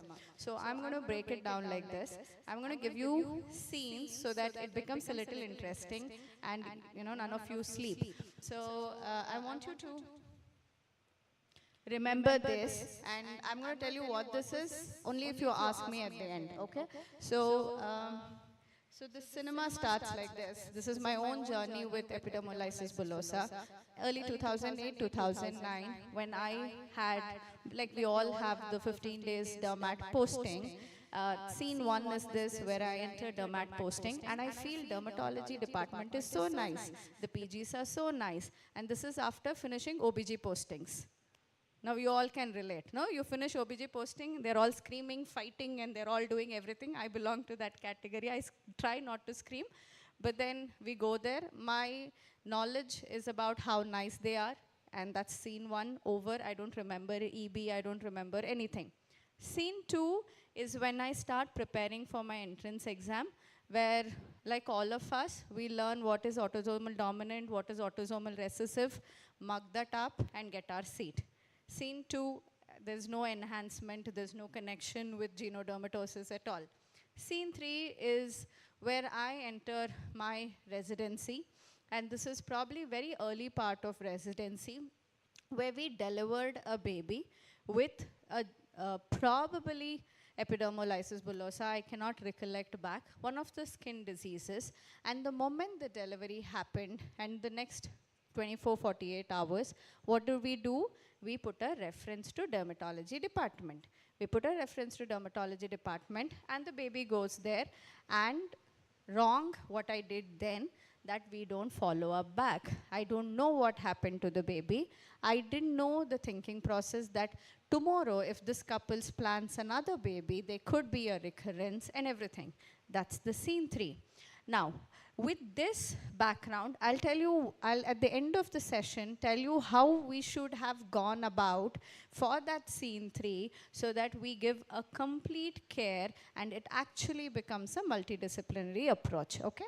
So this is the first case. So this patient, she's 30 years. The baby was diagnosed with epidermolysis bullosa. The baby died approximately 1.5, 2 years of age. They had a battling journey, and that's when actually when I, because of the EB care and everything which happens at Madhusudan Sai Institute, I was also associated with it. It is very traumatic. The baby had esophageal atresia. They had to go through surgery. And this is something where disease burden, and we are just talking about disease and diagnosis, we don't understand the emotional component of it. This patient had a pre-approval for the surgery, and the insurance was cleared. They spent 4.5-5 lakhs at Manipal Hospital, Old Airport Road, Bangalore. Post-surgery, on the day of discharge, the insurance was denied, and the amount was 5 lakh rupees. This is despite the pre-approval. Now, we are only talking about how painful, how traumatic. Can we imagine a 5 lakhs? For a lot of us here also, if we have to pay 5 lakhs at front, to take the baby home, it's so traumatic. Now, this baby, after battling the whole disease process, dies. Now, these are the couple, they want another child. And they want another child which is disease-free. They don't want the child to go through the trauma, and they don't want themselves also go through the both emotional, financial trauma, and of course the social trauma. We all, despite we speaking and being vocal, anything abnormal, human mind is designed to turn back and see. Either there is empathy or sympathy, something, but then we all turn back. We have not normalized it. So this patient comes to us. So what was offered for this? So at the end of the session, you will go back home understanding what are the options that are there when there has been a EB in the first child, so that we have a disease-free baby in the subsequent pregnancies. The first, what was offered to this, one of the option is an ART technique or an IVF. I will not bore you with theoretical IVF details and everything, it is not required. So what is done is, the most important is to understand and identify the genetic profiling of the child. So this one, there was a genetic profiling where there was a llama gene which was affected. It was a consanguineous marriage. So again, the screening of both the father and the mother were done. They both also had this gene issue. So what we offered them was an IVF procedure, and she made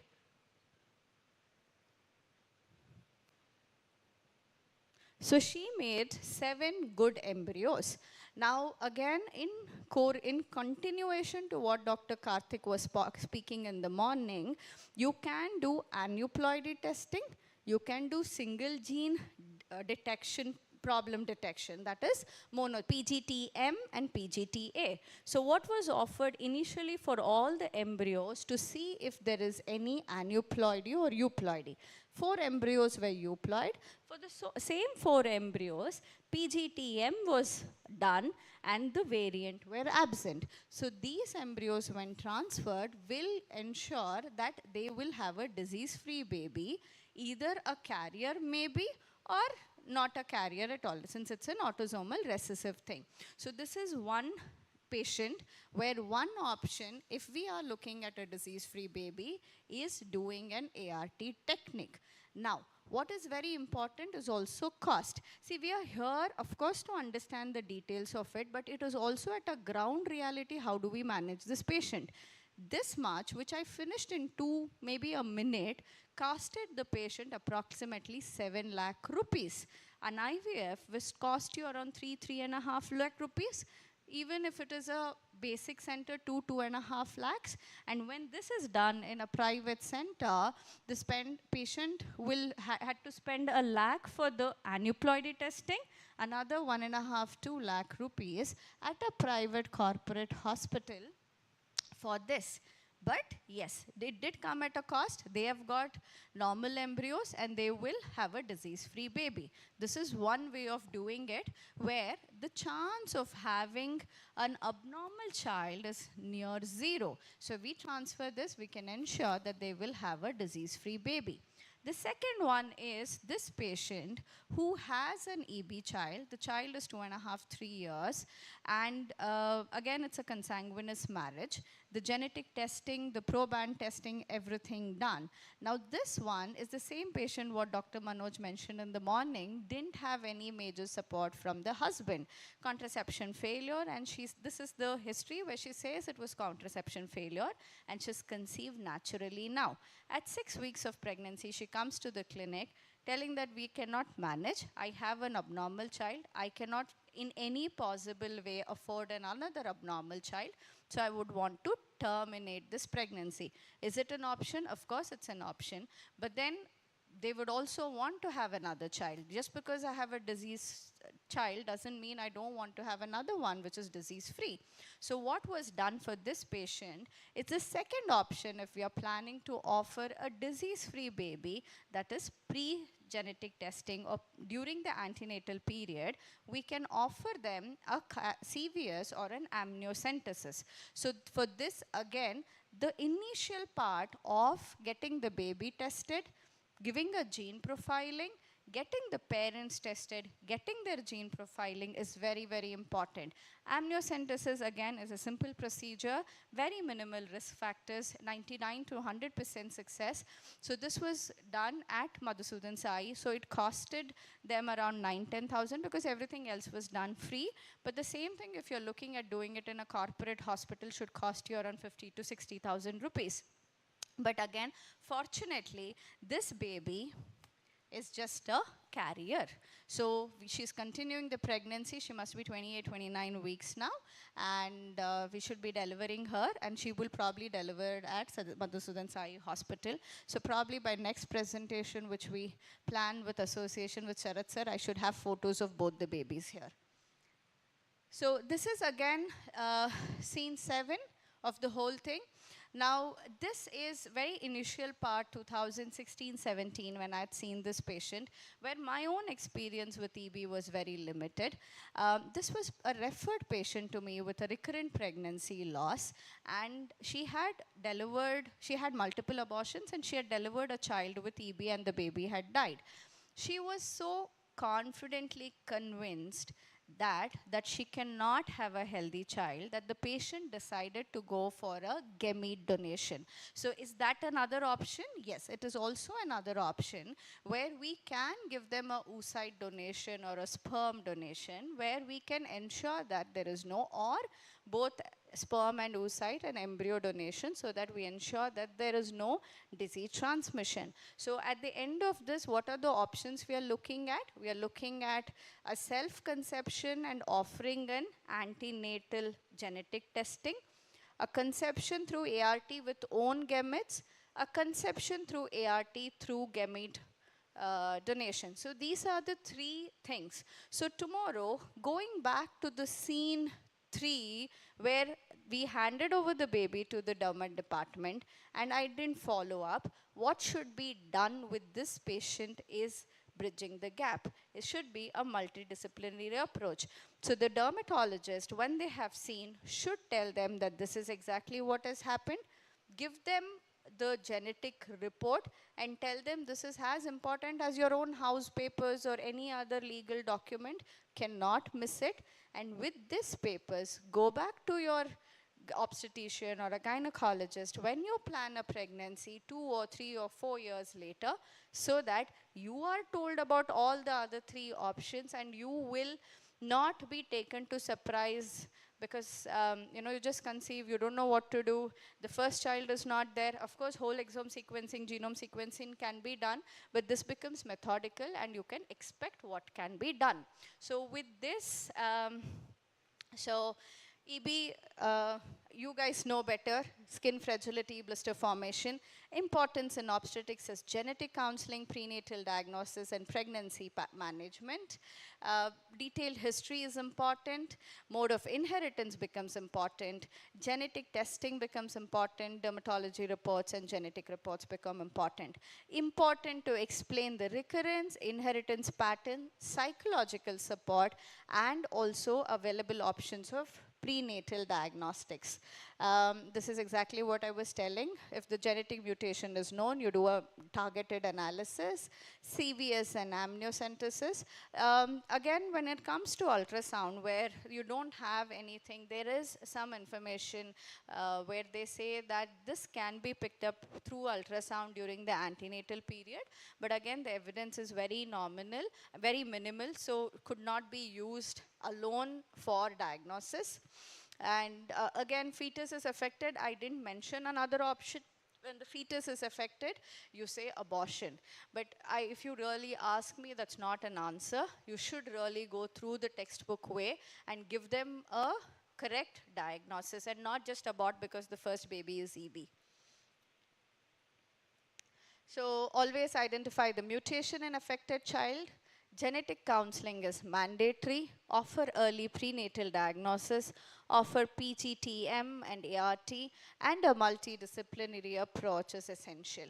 So with this, I conclude. Anything? Thank you. I didn't want, we have had very detailed conversation. I didn't want it to be too technical because addressing a dermat crowd itself felt very overwhelming to me. So I thought I'll just tell so that this is what you have to remember at the end of it, that if you do this, tell them go there. That's also what we have been speaking since morning. Multidisciplinary approach is not knowing everything. We cannot. It is very vast. I was, Dr. Karthik's presentation was so intense. I understand, but I still don't understand a lot of things. So to know where to go, whom to go, and to connect or make a network so that quality of care is given irrespective of the socioeconomic status. So I'd given you all the 3 options. You had seen someone treated in a government hospital, someone spending money, but we have, fortunately, in this century, in this time when we have so many options, let's offer them what is right so that they can make a choice. Any questions? Any questions? Ohm's law. So this is my favorite slide. What's this? Ohm's law symbol, no? So generally when I make a presentation, I always put in the beginning. To me, this is information came like this, went over the head, went out of the head. So I don't like people feeling like Ohm's law at the end of my talk. And I hope it was not an Ohm's law. Thank you so much. I was thrown out of class once for this. I was drawing this and I was telling this to a friend when I was in my MBBS days. And so the teacher took, and they were all laughing. We were 4 of us who were laughing. So she didn't know what it was, but then we were laughing for this. So I was thrown out. So I never forget putting this.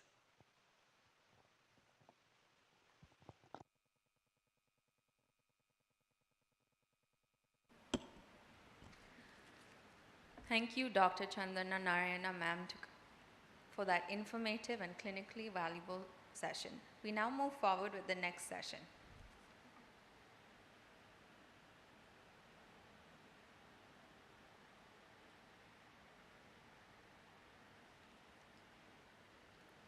It is my pleasure to introduce Dr. KVJS Murthy, sir. He is Managing Director of Alakananda Herbals and Director of multiple integrative research initiatives. With over 25 years of experience in herbal drug development and translational medicine, he has presented widely at national and international forums and has contributed significantly to evidence-based integrative therapeutics. Dr. Murthy, sir, will now speak on the role of medicinal plants in genodermatosis. I invite Murthy, sir, to kindly take the stage.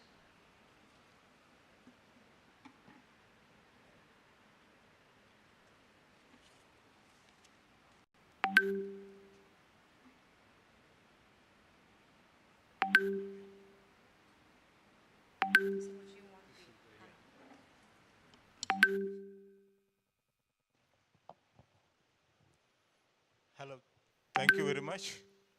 I'm audible to you.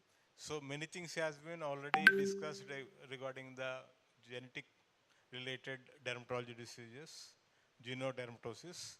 Now, I thank very much for Dr. Saraj Chandra and SVS Medical College for giving this opportunity. Why I came to this place, this much distance, you will see that one of our slide will clearly explains to you.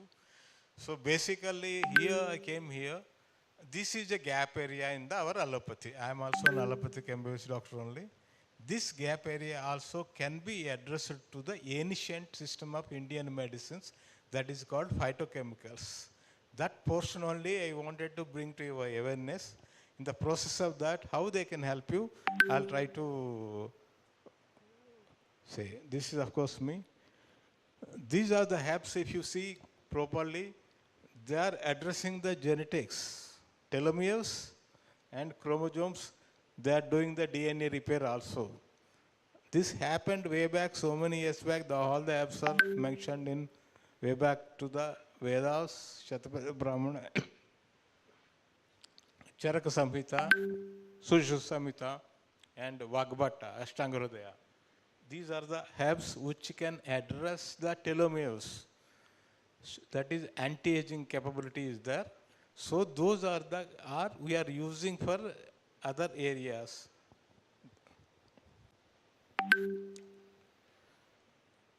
So there are the skin diseases are many more than 3,000 skin diseases are there. But unfortunately, most of the skin diseases, patients will not go to the doctors. They go to their own way of dealing them. And in the skin formulation, the genetic factors also plays very important role in this one. That is, the genetics plays a role in collagen synthesis, skin pigmentation, hydration, antioxidant production, inflammation. These areas are affected by the genes. Of course, genetic screening is there to be done for most of the diseases. There is a procedure. And history, everything is there. The screening of the genetic disease, this is the procedure. And this is the slide from the Africa. The African area, they use this plant to treat skin diseases in Africa. And this is the area where we came to the association with our Dr. Sarachandra, the sea Bhaktan. This is a high altitude plant. Its fruit juice and seed gives you a good oil, which has got an excellent effect on the producing natural stem cells also, and also treating many skin diseases. This is were registered in a Tibetan medicine and Chinese medicine way back to the 7th century. India also, it was also taken into the almost 2000-year-old medicine, ancient textbooks. This oil is used by Dr. Sarachandra sir for epidermolysis bullosa. Within a week, this is the change he observed. How this going to affect that one?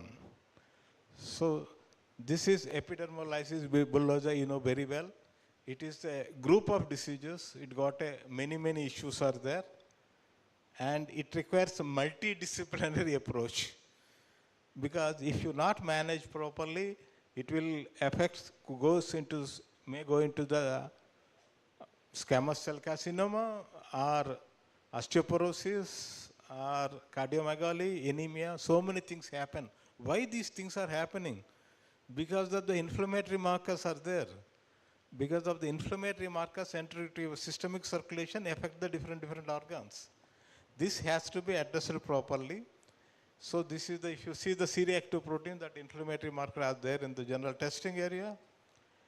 Another thing is, so where in this case, we have to address the inflammatory markers through, definitely there are the good amount of the phytochemical plants are do in helping in reducing the problem of the epidermolysis bullosa. Next disease of this is, of course, ichthyosis. This is also a group of more than 30 diseases. More than 30 diseases put together this one. Currently, there is no proper management cure is there in our allopathy. So this kind of genetic diseases are this, of course, ichthyosis, how it is presentation is there. This will be there, you know very well. Here also we are putting very clearly, there is no much permanent cure available for this one. And of course, there are the genetically related, some markers are there, IL-17, etc., to address them. In this is the pathophysiology of the ichthyosis, how they are going to have some kind of problem in the skin barrier. So now coming to the, of course, this is some kind of treatment, hydrations, etc.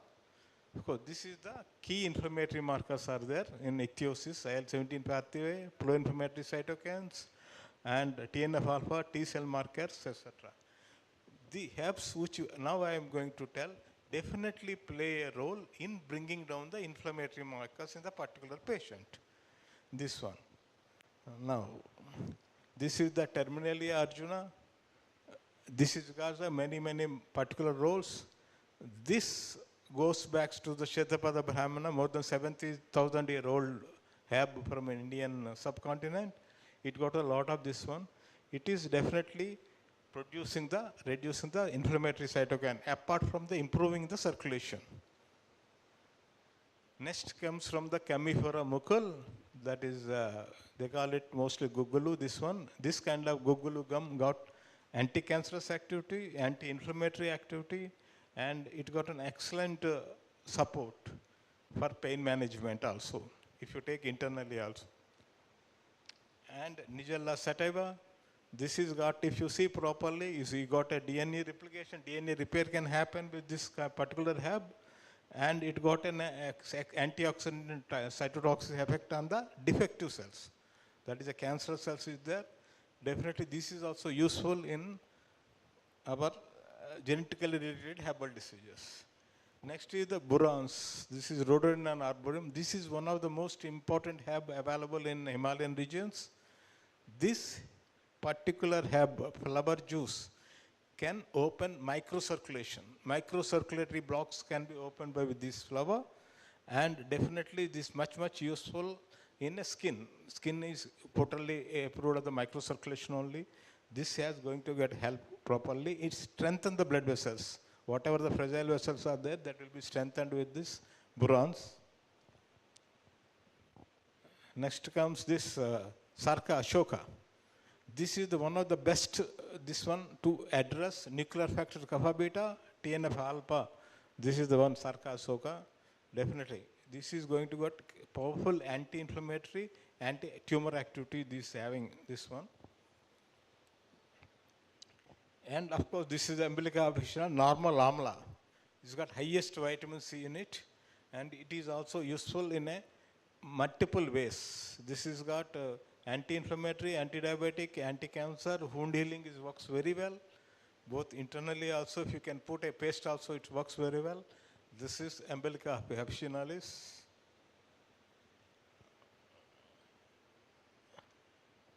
Next comes simple our allium sativum garlic. This is one of the best anti-inflammatory drug, and it also got effect to address nuclear factor kapha beta, TNF alpha, etc. And curcuma longa, that is the turmeric. This is one of the ancient kitchen medicine. Definitely this is useful for anti-inflammatory, nuclear factor kapha beta, and so many inflammatory markers this can be affected. Both externally as internally this is useful. So next comes is Bahirevia this is serrata, that is shalaki. Procella serrata, shalaki. This is also got an TNF alpha, IL-6, etc. This is also useful both internally in this one also, addressing the whatever the related inflammatory markers. And this is Bahirevia disease diffusa, Punannaba. This is also helpful in an excellent way for in the treatment of the skin diseases. Next is this is Sweta Charyata. This is also useful in many ways, including the skin diseases. This will helpful, and anti-tumor activity is there. These are the independent herbs also useful to them. Is a mixture of proper herbs also useful for them. Next comes my suggestion for epiderma bullosa. Is chitosan is there. Chitosan is made out of prawns head. This is a chemical made out of that one. And Azatica indica neem oil. And if you add Sebactaran seed oil put together, you can put a lotion or paste, apply on the particular diseased area. Definitely you get a maximum relief. You can add with the turmeric oil also, you can also estimate oil also. So this will help a lot for a epiderma bullosa cases in a big way. And these are the ingredients which we already used for psoriatic cases, psoriatic arthritis and psoriasis cases. I used this one, Ashtrach. Is made out of Terminally Arjuna, Nigella sativa, Inula racemosa, Nadusaka jetamancy, rhododendron, all these 9 herbs put together, I given internally for 3 months, and all the external problems of the psoriasis has been reduced, and the patient is quite happy. I stopped after 3 months. Again, after 1 year, I've given another 3 months like that. It is maintained. There is almost, I can say he's on 100% remission as on date. This is also PLA, along with Ashtrach, I have given this one. So these kind of things for anti-inflammatory activity, this I have given internally for them in a psoriatic cases. In a suitable cases of the genetically related one, this is an adult dose, technically. Pediatric dose, we have to recheck it out. This is useful for that people also internally. So with this take-home points are purely India has having a treasure of medicinal knowledge is there. Most of the things were written in Sanskrit. Now, if you use it properly, they can address many diseases, including the genetic and skin-related diseases. Once again, thank you very much for the opportunity given to me. This one, I'm just sharing my information only. Thank you.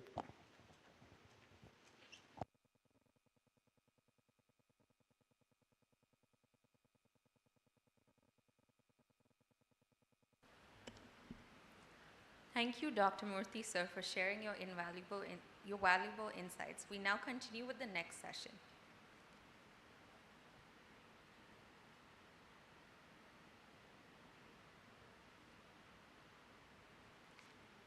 It is my pleasure to introduce Dr. Mukesh Gandhari, sir, Head of Molecular Biology at Polymer Biosciences, a PhD from Heidelberg University with postdoctoral training at Johns Hopkins and NIH. He brings over 2 decades of experience in oncology drug discovery, molecular biology, and translational research. Dr. Mukesh, sir, will now deliver his lecture on translational research in genodermatosis. I invite Dr. Mukesh, sir, to kindly address the gathering.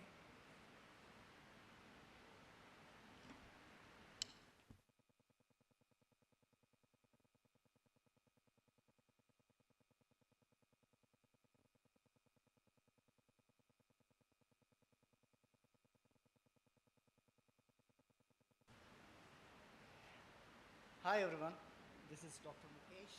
Hope you can hear me. Yeah, thank you very much, SVS Medical College, giving me opportunity to present. And Dr. Sharat Chandraji and Sai sir and Vamshi, thank you very much for giving me opportunity to present here.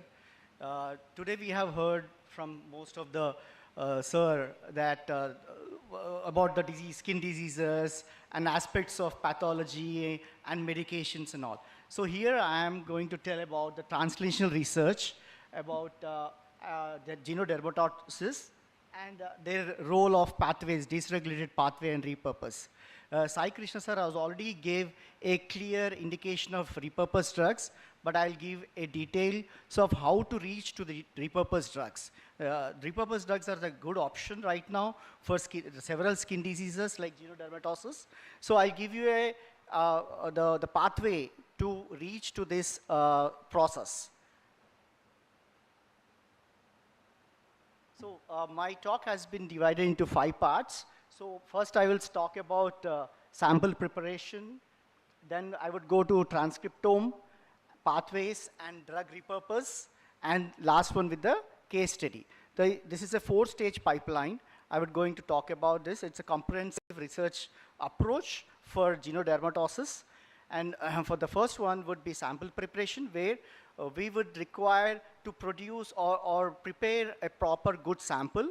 I will describe how the sample needs to be prepared to reach to a drug repurposed. And also the transcriptomics has to be clearly defined.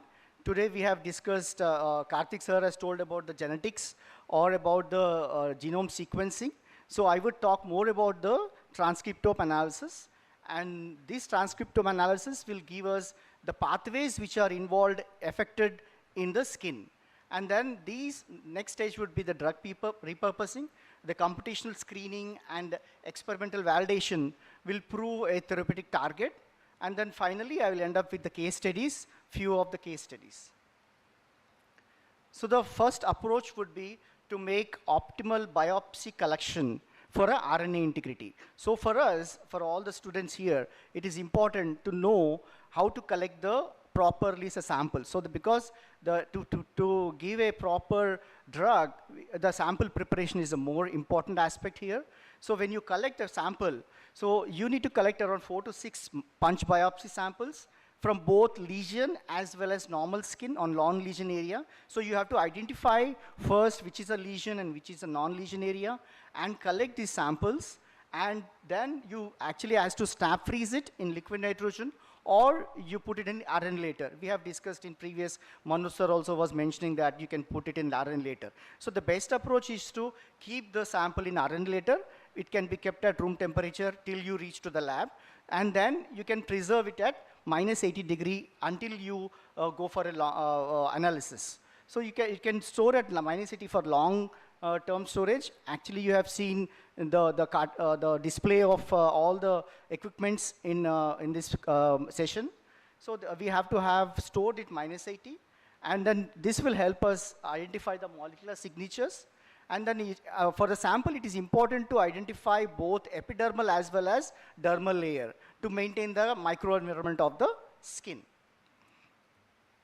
So the first thing, once we have the sample, from the previous slide, we have seen that we have collected the sample and we have collected properly. Next thing is to isolate the RNA for transcriptome analysis. So we have around 2 different options available to isolate the RNA from skin sample. Either you isolate using a kit available commercially, like Qiagen and Mashiri-Nagel and several other kits available. Either you use that or a trisol method, organic method is there, where you can isolate the RNA. And once you isolate the RNA, you have to perform the quality control. So these 3 numbers, I want you to remember, very important numbers. These all numbers are 7, 1.8 and 2. 7 is the one called RNA integrity number. What is RNA integrity? So once you isolated the RNA, to reach to the transcriptome analysis, your RNA integrity has to be 7, meaning your RNA has to be pure. So how do you determine the RNA integrity? There is a bioanalyzer, Agilent bioanalyzer you have. So most of the lab, very well established labs has this bioanalyzer. So you run your sample through the bioanalyzer where you can get the RNA integrity. The RNA integrity range from 7 to 10 if you have, then your RNA is very good quality RNA you have, and you can proceed with your further transcriptome analysis. And the next one is 1.8. This is a nanodrop analysis which gives the purity of your RNA. If you have 1.8 value for your RNA, it means it is pure RNA you have, and which is done by nanodrop. It's again a small instrument which you have seen in the display recently in this morning. And the third one is again a nanodrop number called 2, which is 260 by 230. If you have any organic solvent contamination, your values of 2 will not reach. So if you want to have 2, you should not have any organic solvent solution. So for any RNA analysis, these 3 numbers are very important and you have to keep in mind. And next level is global transcriptome analysis. So as you have seen in the cartoon on the left side, we have collected the sample, skin sample, and then you have, once you collected the sample, you have extracted the RNA, and the left cartoon, if you see, this RNA, whatever you extracted, has to be performed for sequencing. So have you, this morning Karthik sir told you about the sequencing in DNA sequencing. This is about the RNA sequencing. This RNA sequencing will give us the genes which are upregulated, downregulated, or mutated, or I would say at the transcriptional level, not at the DNA level, but you will get the answer here at the transcriptional level, because any disease progression will depend on the protein expression or the translational level or transcriptional level. So you have to perform the RNA sequence. And this is equipment available in most of the genomic labs. So you perform the RNA sequencing to get a differential gene expression. So in the previous slide, I told you that we have to collect both normal skin as well as lesional skin. So we have to compare both the normal skin and the lesion skin to get the differential expression analysis. So you see the DEG differentiation. Just a minute, I'll just take a pointer.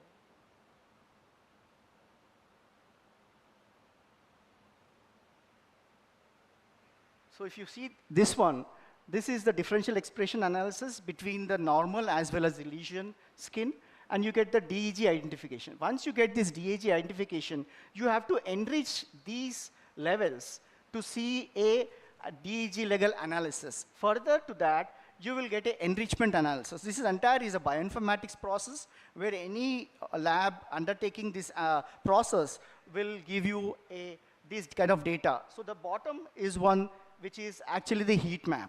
So the heat map what you got is out of the lesion and non-lesion analysis. So once you got this heat map, the bioinformatics team will run DES and HR tools to differentiate between, to identify the differential expression pattern, right? And then you go with the pathway. To understand the pathway enrichment, you have to perform another bioinformatic process called KEG, GEO, and Reactome, which will give you the entire dysregulated pathway in the process. So from these samples, we will know which pathway is dysregulated.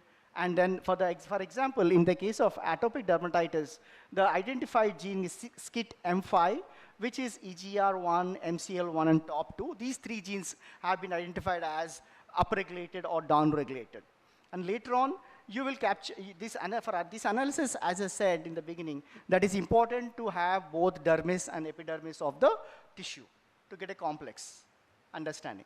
So once you know that, from this previous slide, you know that you have done the transcriptome, but what will give you this transcriptome? So we have to validate the whatever analysis you got in the transcriptome by RT-PCR. So those specific genes which I mentioned in the previous slide, say suppose example we got EGR1, MCL1, and TOP2. These genes, we have to validate them, whether the data what you got from the transcriptome is real or something else. So we have to validate by RT-PCR. The same genes, we will do RT-PCR by Quant Studio. You can see the image here. This is in our SVS, we have this Quant Studio. You can utilize this Quant Studio if you have any. I request students to pursue any of these studies. You can use a SVS facility for RT-PCR. And once you have this, you can normalize the genes, whatever genes identified or validated, they have to normalize. Normalize meaning you just have to subtract the baseline, which for any analysis, you have to subtract the baseline. So even here, we are baseline subtraction is done by any normalization. And then you have to determine the fold change or how much increase in gene or decrease in gene by using this tool called delta CT. And then, for example, if you see insignificant EGFR and TGF alpha, upregulation has been validated by this patient sample. So this is RT-PCR is most important aspect. Once you know this transcriptome data, you have to go for a RT-PCR for validation. And next one is spatial transcriptome analysis, where you know those genes are already upregulated or downregulated. That can be further understood by the tissue sections. You have the tumor, the tissue sections from skin, but tissue sections need to be further perform a H&E staining or any type of staining to understand the high resolution images, or are you able to see any infiltrating cells? And this type of analysis has also been important. And if you know that these markers are already expressed and you identify in the tissue by immunohistochemistry, whether at the translation level, they are also expressed. And the next level, you have to correlate this with your data molecular signatures with the specific tissue regions by your therapy, clinical phenotype. And then immunohistochemistry also can be done. You have seen in the morning, Karthik Reddy was mentioning about fish analysis. It's similar to fish, but a different method. And now we know that with transcriptome and RT-PCR, we know the candidate genes which are upregulated or downregulated. And we know the target now. Target prioritization we have done. And then next thing is to identify the library of drugs. So FDA has approved several drugs. So we have to do a compound interact identification. We have to do some screening of the entire library of drugs, and also have to perform from computational docking to identify target versus drug. Once you have done it, you have to perform preclinical analysis like in vitro or in vivo analysis to prove that for that particular disease, the drug is efficacious or not. So this is a general cartoon. Whatever I said just now is just a short clip of whatever I've explained now. The translation science into therapy. Transcriptome plus network biology and computational screening will help identify the repurposed drugs. So as I said this in the first, that patient will collect lesions and non-lesion tissues, and further we perform the RNA sequencing and determine the pathway, which pathway involved, and later we perform a library screening to understand which drug is efficaciously binding to the target. And then later, after pre-screening, we have to perform few phases of clinical trials like phase 2, and phase 3. So this is a cartoon depicting the genodermatosis disease. I think sir has told already, Sharat Chandra sir, tofasitinib is effective for this type of disease. And next one, I give some case studies. So this case study about the palmoplatar keratoderma. So the effector, the dysregulated pathway here is EGFR, and the drug is erlotinib. And Sai Krishna sir already mentioned about erlotinib to be used for most of the skin diseases. So here, the paper from Zhang et al. There in 2025, they published, they identified that TRPV5 mutation has been observed in their study. And then this EGFR mechanism, which involves excessive keratinocyte differentiation. And then repurposed drug is erlotinib, which clinical outcome of this drug will reduce the palmoplatar scaling. Similarly, the case study 2 for psoriasis, the dysregulated pathway here is NF-kappa B. We have discussed this morning most of the aspects about NF-kappa B. So different targets you have like IL-17, IL-12, IL-23, and TNF-alpha. These pathways are, the NF-kappa is dysregulated, and the mechanism involved is keratinocyte inflammation. And after this, we have identified the paper from Mutidan identified the repurposed drugs like secukinumab, izokibep, ustekinumab, and adalimumab. These are the different repurposed drugs for psoriasis, and the outcome is clinical remission. And the case study 3, the epidermolysis bullosa. This has been discussed by sirs in the morning extensively about EB. And this is again the pathway dysregulated is TGF-beta, and the drug would be losartan. Losartan is a CVS drug where we can target the TGF-beta, and the repurposed drug losartan can be used for these EB patients, which will lead to reduced skin fibrosis. Next generation discovery is important. Novel pathways we need to develop. And the most exploration should be done on PI3K, AKT, mTOR, which are inherited disorders. So these are the pathways which needs to be developed more and more for skin disorders. Thank you. Any questions? Thank you.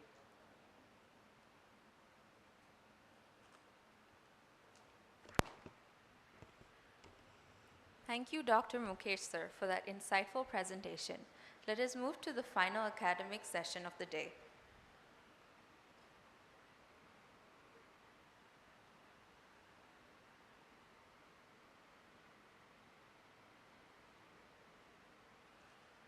It is my pleasure to introduce Dr. Phanindra MS, sir, Associate Professor of Community Medicine at Sri Madhusudan Sai Institute of Medical Sciences and Research.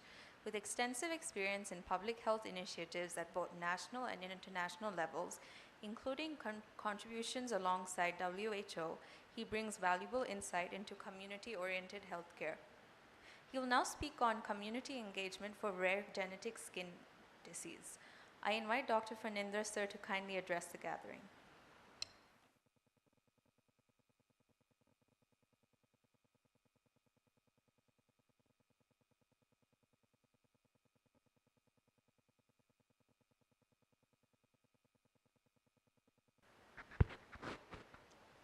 Good afternoon.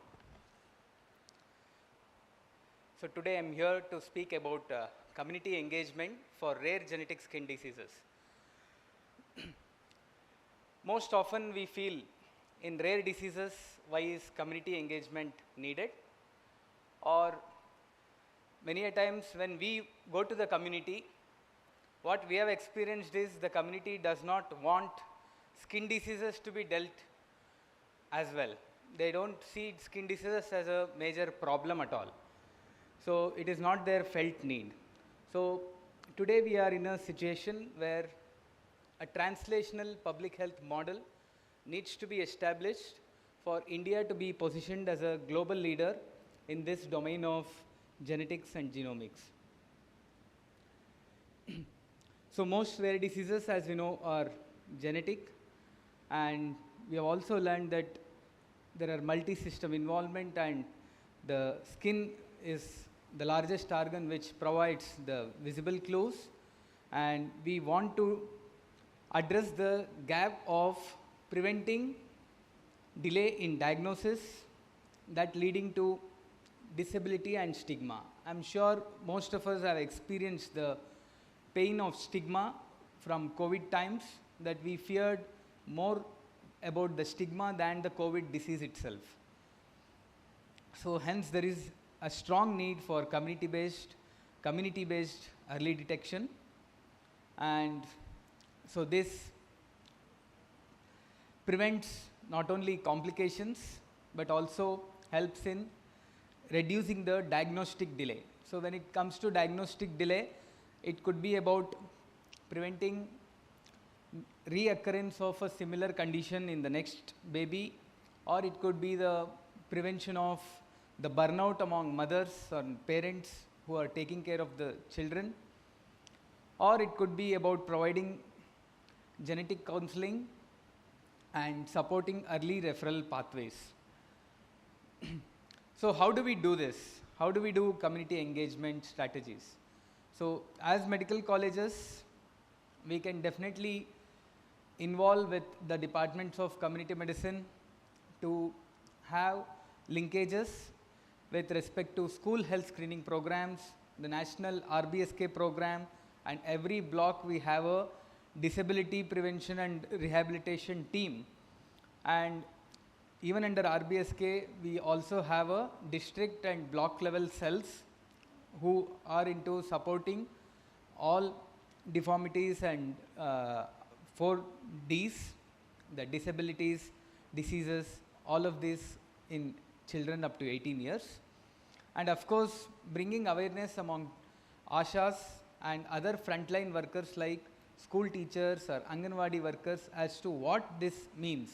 Because today, as compared to maybe 5 years ago, we always felt genetic diseases are kind of, there is no hope or there is no cure, or you just diagnose and that we used to end at diagnosis. But today we have options. We have options of going into drug repurposing. Translational research pathway used to be free and are available to meet us.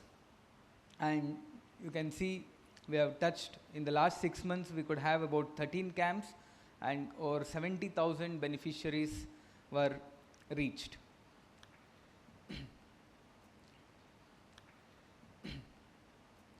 So we have already seen. So this is a first question. So there's a baby with blistering since birth, which is trauma induced. It heals without scarring.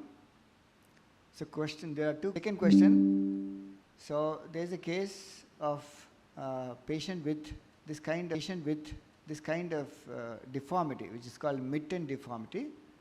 Loricrine. Anybody? SLRP1 maldemeleda. Okay. So hallmark clinical features seen in this condition. Dorsal extension. Okay. So this is another case with palmoplantar keratoderma severe with deafness. Which mutated protein best explains the cutaneous and auditory findings in this case? Cathepsin, connexin, collagen 7, laminin. At least a wild guess you can make. Louder. I heard somebody. You can get a prize.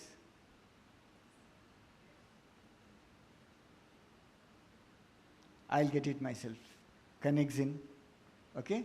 GJB2 mutation. Okay? So ichthyosis with neurological involvement. Clinical features are congenital ichthyosis, spastic diplegia, developmental delay. These are the features found in a baby. What is the most likely diagnosis? Sjogren-Larsen, Netherton's, XLRI, lamellar ichthyosis. Yes? Huh? Not able to hear. You can give a mic.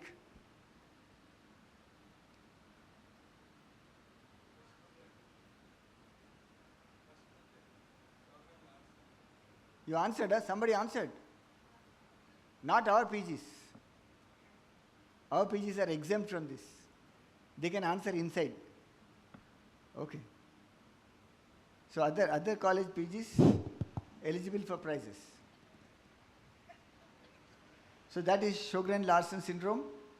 So which metabolic pathway is involved? Steroid sulfatase pathway, fatty aldehyde oxidation pathway, epidermal transglutaminase pathway, serine protease inhibition. Which pathway? And which gene is responsible?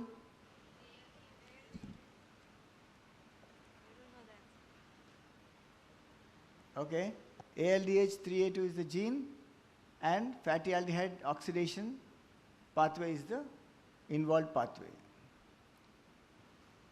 Okay, so this is another patient with brown adherent scales on the legs and abdomen. Okay, so another patient, similar condition, light brown adherent scales on the legs with mousing phenomena on the feet. Oh, I've given you the answer. Okay, sorry, so it's not properly formulated. So ichthyosis with atopic features. Clinical features: generalized erythroderma, severe atopy, recurrent infections, and sparse brittle hair. Most likely diagnosis: CIE, Sézary syndrome, Omen syndrome, Netherton syndrome. Sparse brittle hair.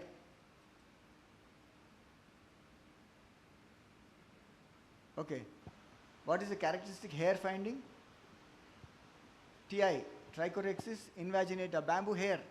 We showed you the electron microscopy picture, right? Which gene is responsible? SPINK5, right? Answer is Netherton syndrome.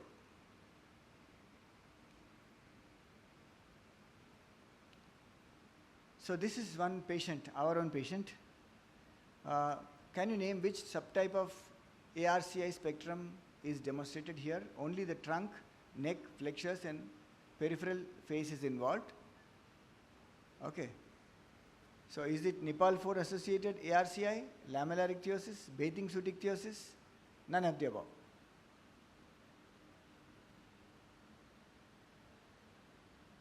BSI, bathing suit ichthyosis. Which gene defect is responsible for this type? TGM1, but thermosensitive. Okay. Coming to last question, perhaps. Neonatal blistering with dental involvement. Clinical features: blister since birth, healing with hypo and hyperpigmentation, tooth enamel defects and early dental decay, periungual blistering. These are characteristics of which disorder? Simplex, junctional, dystrophic, Kinder. You can answer and have a prize. No? Junctional EB. Which structural protein defect is responsible among these? Keratin 5, type 7 collagen, type 17 collagen, keratin 14? Yes? Collagen? Collagen 17. Okay, right. Thank you. So all the prizes are won by Dr. Chandana and myself. Okay? So for closing remarks, I call Dr. Vamshi. And then we'll have a just 1 minute vote of thanks and we can happily end the session.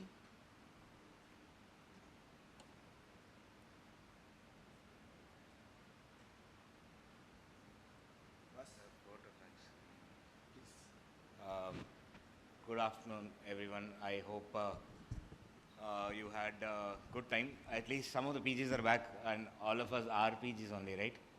Great. I hope, first of all, thank you very much, sir. I think it's been a wonderful opportunity for people like me, Manoj, and everyone from our hospital to come over here and interact with you over here. I think without your constant support, this would not even be possible in the first place. Second, I would like to thank the leadership team at SVS Medical College to actually hold. Sometimes what it feels is that most leaderships, they all want us to do things. And when they actually do it, there are very few who actually sit and support the others. I think what can be seen at SVS is that they have supported Sarat sir through and through, and I would like to thank them as well. and more importantly to the PGs and PGs, faculties, and the house surgeons who have worked day in, day out, organizing everything. A huge shout out to you guys. If this was even successful, it was because of you guys working through all day and night, getting this done. Thank you so much. And that's it. And finally, to all the speakers and all the special invitees, thank you so much, Mukesh sir, for coming all over and doing it. Dr. Chandana, Dr. Manoj, everyone, thank you so much, sir. Prasad sir, thank you so much. Yeah, that's pretty much. Thank you. Thank you, Vamshi. Actually, he has been a great initiating force as well as support along with Dr. Manoj. So I thank immensely these two guys right from the bottom of my heart. Rare diseases, genodermatosis, we need not worry about the darkness out there. What Amma says is, light your little candle and march forward. You'll see a great change. So let us all do this. We'll light our little candles and march forward to bring great hope and possible treatments for all our genodermatosis patients. Thank you, Dr. Chandana ma'am, once again, for your really talk which creates hope in us and our patients. And Murthy sir, so coming all the way and giving us ideas about our ancient treasures, which we have actually not lost but forgotten. We have forgotten. So there are so many things which we should derive from people like Murthy sir, Dr. Chandana ma'am, and others who have spoken extensively today. I thank my senior and my friend, Dr. Rammohan sir, for waiting till the end of the session on the insistence of me, and my buddies, Dr. Vilas and Shetty. They started at 4 o'clock from Nizamabad just to attend this and make me happy. Thank you. Especially I thank my postgraduate students and my house surgeons and all the delegates who are still waiting to get back their homes. Thank you once again, everyone, technical teams, everybody. Okay, I enjoyed this day, really, and I hope you all have enjoyed. There were some glitches and some problems which can be overcome easily. Next time we do it, we definitely answer them and do it in a better way. Once again, thank you very much. I request Dr. Suchita to give the vote of thanks, and then we'll close the session with distribution of mementos to the speakers. So as Dr. Karthik was in a hurry, he was handed over his memento and he left for his home.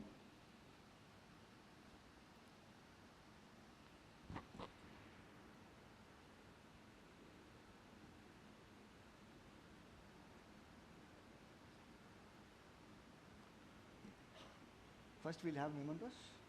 Yeah. So as not many dignitaries are left, I think we'll hand over mementos to each of us. Please come on to the dais, all speakers. And Ramon sir, you are the only dignitary left. So most of the mementos you need to give.